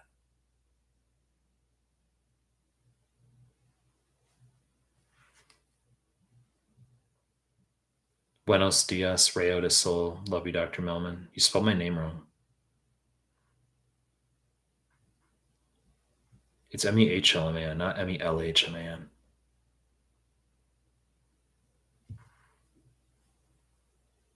Dan Balaman, is there a way to be successful on acting internship without being submissive beta catering to the intern? Sounds like that would be a living hell for alphas. Well, no fucking shit.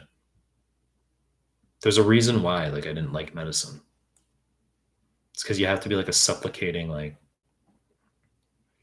um, sycophantic, obsequious toady um, to get through the system. I mean, I did what I needed to do to get through med school, but like I hated it. I hated that. People were quick to generate umbrage in Australia, at least where I was. Um, like people, if you weren't a sycophant, you were considered rude. It wasn't like if you were neutral, like if you weren't sycophantic, that was considered rude. Like it was like it's your baseline. Like if most people come to Japan, like if an American comes to Japan, like he or she is like generally just like considered rude because they don't say thank you really. It depends on the person. Um, but it's what's your baseline, and I think like when I was going through med school, the system I was in, at least in Australia, it was like really, you had to be obsequious and like highly like sycophantic to not be considered rude. That's what it was. And I rubbed people the wrong way in med school because, you know, I'm assertive. It's like, people who are very like quiet and conformist and just like not assertive tend to make it through easier. Um, if you're a strong woman, you can make it through medicine with no problem. If you're a strong dude, you got to watch yourself because you can rub people the wrong way very fucking fast. Society screens for betas now. If you're a beta male, people like you and you move through without an issue.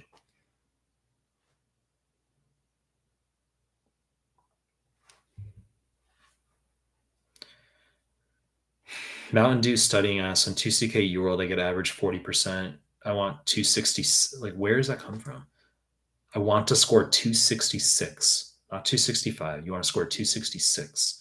Should I do better on UWorld? That's funny. That's definitely a troll. Mountain Dew. Thank you for subscribing. That has to be a troll though, right? Like it's 6:16 a.m. where I am, but I know that's a troll.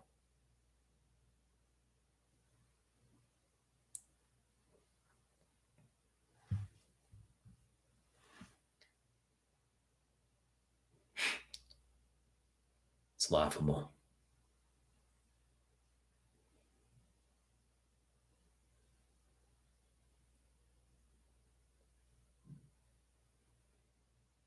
If you had one wish, what would it be? I don't wish for anything. I'm not like that. You know, you can give all those answers like I wish for fulfillment and connection and family and all these things. Like you can voice those things. But I ultimately take the answer of like there's non-entitlement and I just don't I don't think like that. I don't think in these like philosophical like hypotheticals of like you're like, no, but really just try. Like if you had one wish, what would it be? I'm like, I don't have an answer. You're like, no, but try. I'm like, I don't have an answer. That's how I was at my Japanese immersion school, and it pissed the fucking teachers off. Because they would literally like we'd have to write a fucking like mini essay. We'd have like they'd be like in the next like 30 minutes, write like a mini essay in Japanese on uh like when you first came to Japan, what surprised you the most? Like what do you think about? And I'm just like, I don't really my responses are like, I don't care.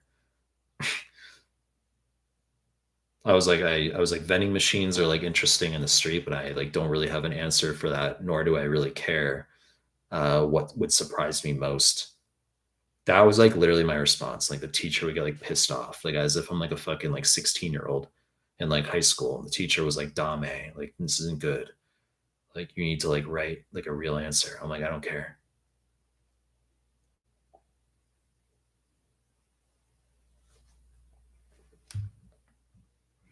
Nice guy. Do you have ETH or just Bitcoin? Um, I've said like 98% of my portfolio is Bitcoin. I don't really trust ETH. I mean, like it's a security, but ETH is like silver, right? If Bitcoin's gold, ETH is like silver. It's more volatile. It's not. It'll stay more than likely. You know, you have gold and silver as the main like metals that are store of value, but I'm a monetary value, right? But you've all of analog monetary value, but you still got others like copper, palladium, platinum. Then there's like natural gas, oil, corn. So there will be other altcoins that like take up a very like small percentage, but you'll have like mostly gold and silver, mostly Bitcoin and ETH. I I just go into Bitcoin. Like I'm just Bitcoin right now. I had a lot of Cardano in the past. I like capitulated out of it and just converted it over to Bitcoin. Cardano was a bad fucking bet for me. You got to accept your L's. You got to take your L's rather than just hoping. I just watched like the um, altcoins fall ubiquitously compared to Bitcoin. Like the Bitcoin dominance just gradually increasing, and like I was just like, uh, it was just bleeding against Bitcoin. I was like, I'm done. I'm out of here.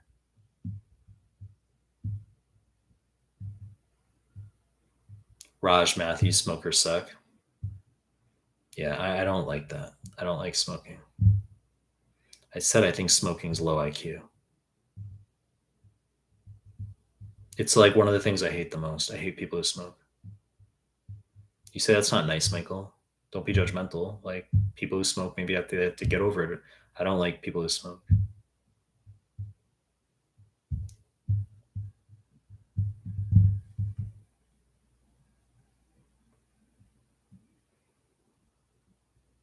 Casamigos tequila, you're asking about Fume God? Isn't that like the George Clooney tequila?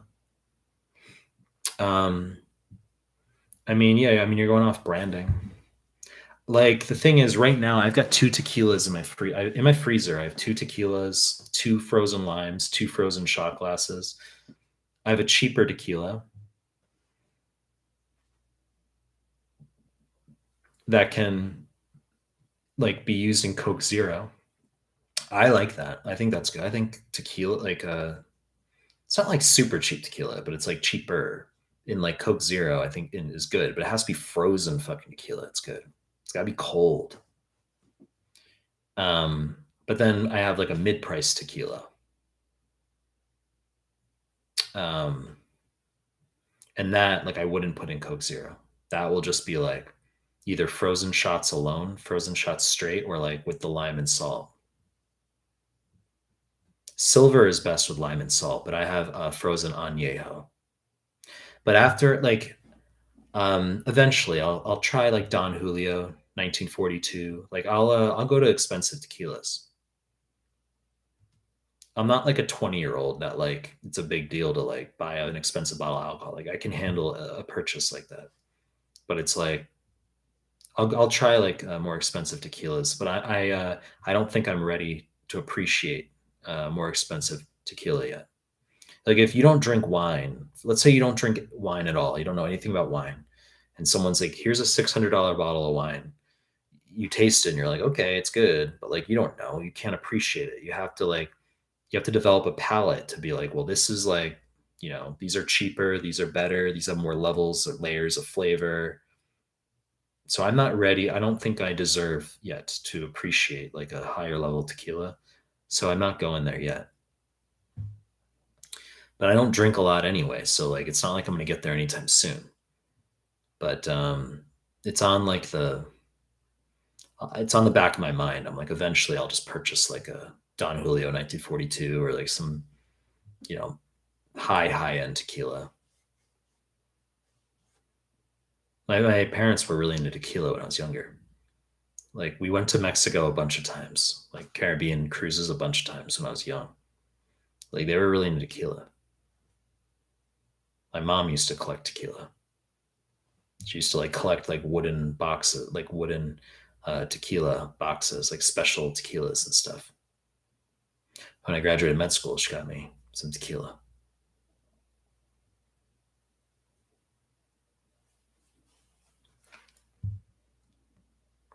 Marwan, what residency specialty did you do? I've already said I didn't go that route.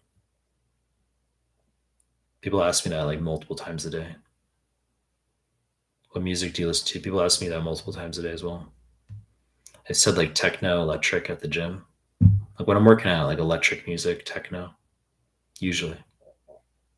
If I'm not listening to like some video on like crypto or like, politics or something, like I listen to like electric slash techno, occasionally K-pop.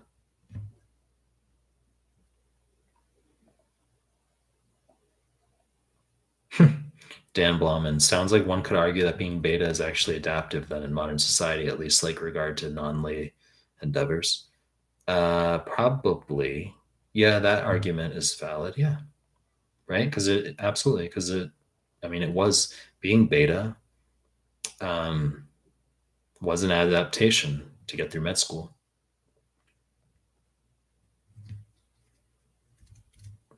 I've already said, like, I mean, this isn't rocket science. Like, society abhors beta or abhors alphas.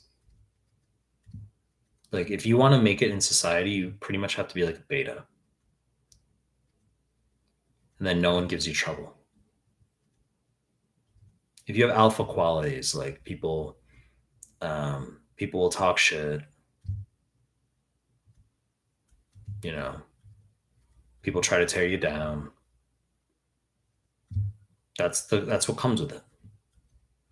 Because subconsciously, it's like uh, if you're in a position where you're potentially going to have leadership or potentially going to be an alpha an alpha, then people subconsciously challenge that authority and see if you can non-react, see if you can demonstrate, strength qualities,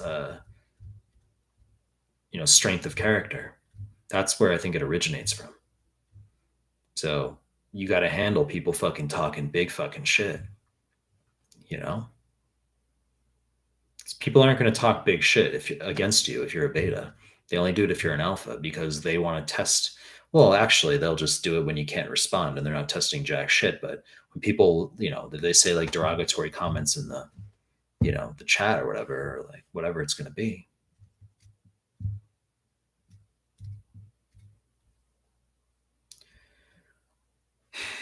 Tahubot, thoughts on AVAX, on alts like AVAX?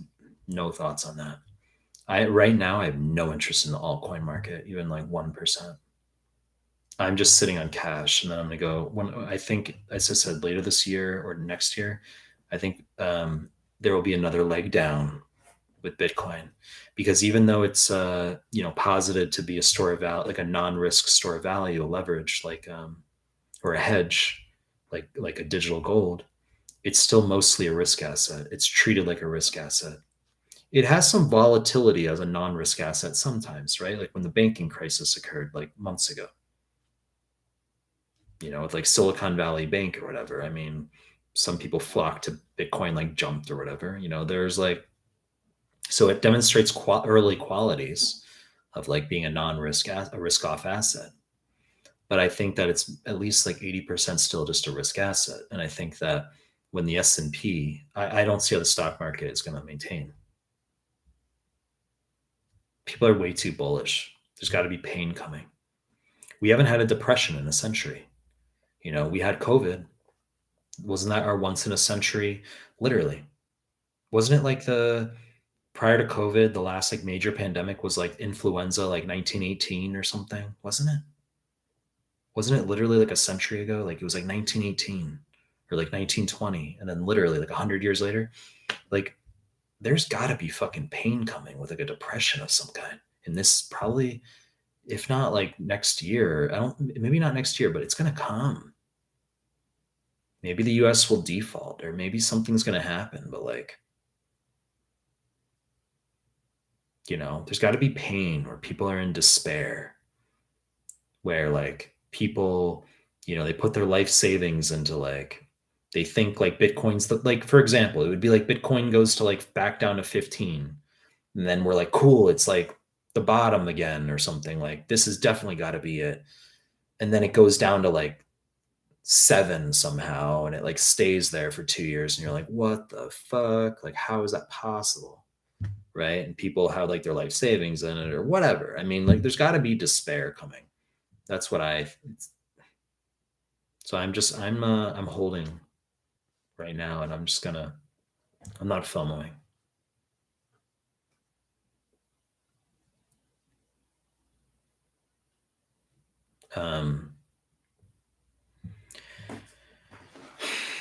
There's a lot I can talk. I mean, I don't want to get like too personal about my finances and all that front. Gina Brehu, you spelled my name wrong. It's not Mehlman, it's Mehlman.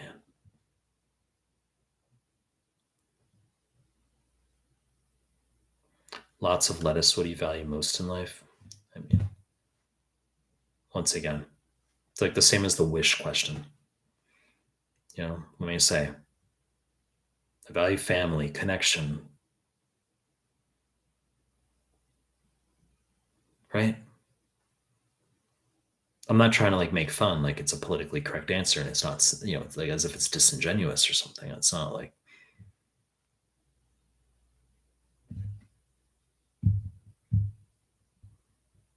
it's just when I see questions like that, like I tend to, I'm more just like, what's the point? Like, okay, what? I'm sort of like the obstreperous one, where it's like, just answer the question. I'm like, I can't like answer the question. I'm like looking around the fucking room, like I can't answer the fucking question. It's always been like an issue for me, like answering questions like that sometimes. It's more just like, what's the point, as I said. Michael, you'll be happier if you can like think about those things.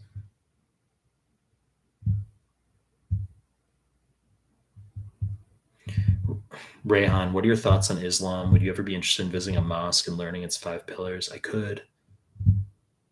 I'm neutral. I mean, I dated like a religious Muslim chick when I was in first year med. We lived at the same dormitory, and like I mean, I was extremely beta back then, and that's why it worked out. I don't need to get too personal about that either.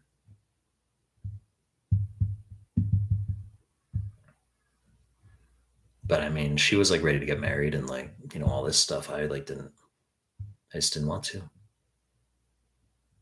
I literally, if I chose that life, I could have literally been married at like 23 with like, and converted to Islam and like had like, 12 kids with her or something. It's like, I just didn't want that.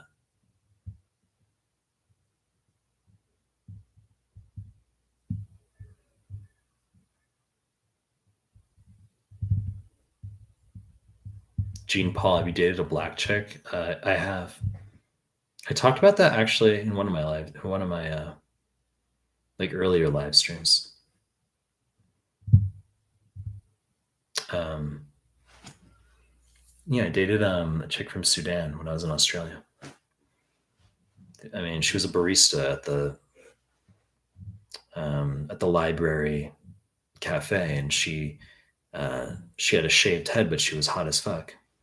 And when I just like I opened her at the cafe, like I was getting my coffee or whatever, and she was making it. I opened her. I was like, "You're jet black."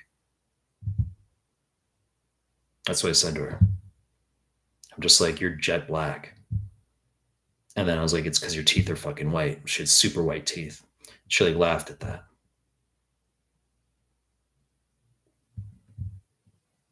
I mean, we dated a bit. Um, but she was like training to do some like bodybuilding stuff. Like she was like a competitive like body. She was trained to do like competitive bodybuilding, and she started getting like a jacked fucking like upper body, like shoulders and stuff, and like that. I didn't like that, and that like turned me off. It's nothing negative. It's just I don't know what to say. Right? It's not trying to be superficial. It's just I wasn't into that. Like if you've got bigger arms than I do, like I don't want to date a chick who's got bigger arms than I do. Bigger, like I don't want that. As I said, she had a shaved head, which is, I mean, she was hot as fuck, but like it was, it's just the combination of the two. Like I didn't like that.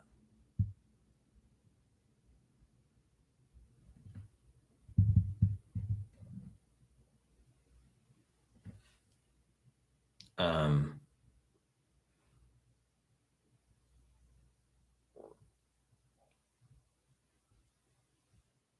I'm not familiar with that, Ahmed. Raj Matthew, happiness is for betas.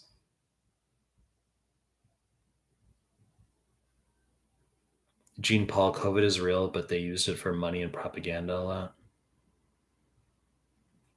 Dude, people in Japan are like still wearing masks. This live stream had I think like maybe I think it reached like 111 likes. Now it's down at 104.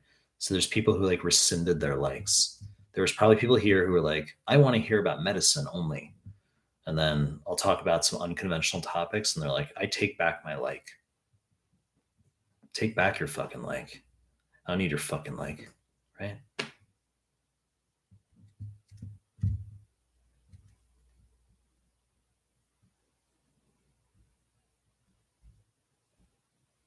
Nakia, what are your thoughts on Sigma males? Sometimes people who are loud and have to be out front can be insecure, quote unquote alphas as well. I don't know. I don't really like think of that. I don't really have thoughts on that. Like I don't care. I don't really care what other males are up to that way.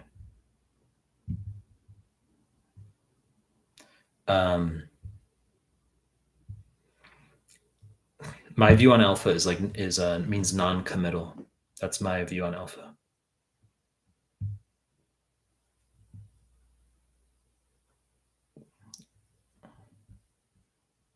I mean, there's things I could talk about. Sonny, what's your opinion on the accuracy of the UWSAs? I've said that I don't. They actually are pretty predictive. They are. They are pretty predictive, but I don't incorporate them into people's preps routinely. We're hitting the 3 hour mark. I'll probably end this at 3 hours because it's already 6:35 here. I gotta eat. I gotta eat. I gotta like. It's gonna take me a while to eat. Then I have to like shower and like shave and all that stuff.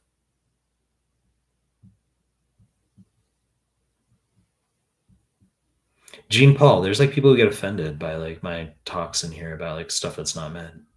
I talked about med for like 2 hours, but you get people who are like offended.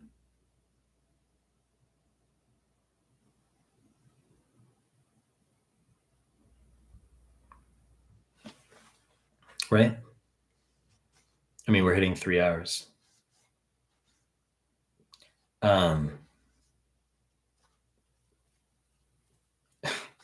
How to be more happy and calm in life. Some people think I'm like super chill necessarily. It's more just like it's fucking late for me. This is like it's 6:36 a.m. I mean, I haven't slept. So I always do my live streams around this time. I'm most functional, like, I don't know, 12 hours ago. I was most functional. That's when I like make the YouTube clip. I made the YouTube clip 12 hours ago. And I posted it like maybe 7 hours ago.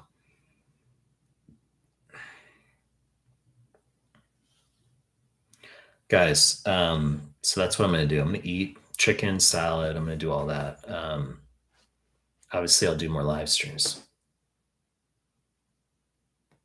All right. So I appreciate you guys. Obviously, I'll do more. All right. See you later, guys.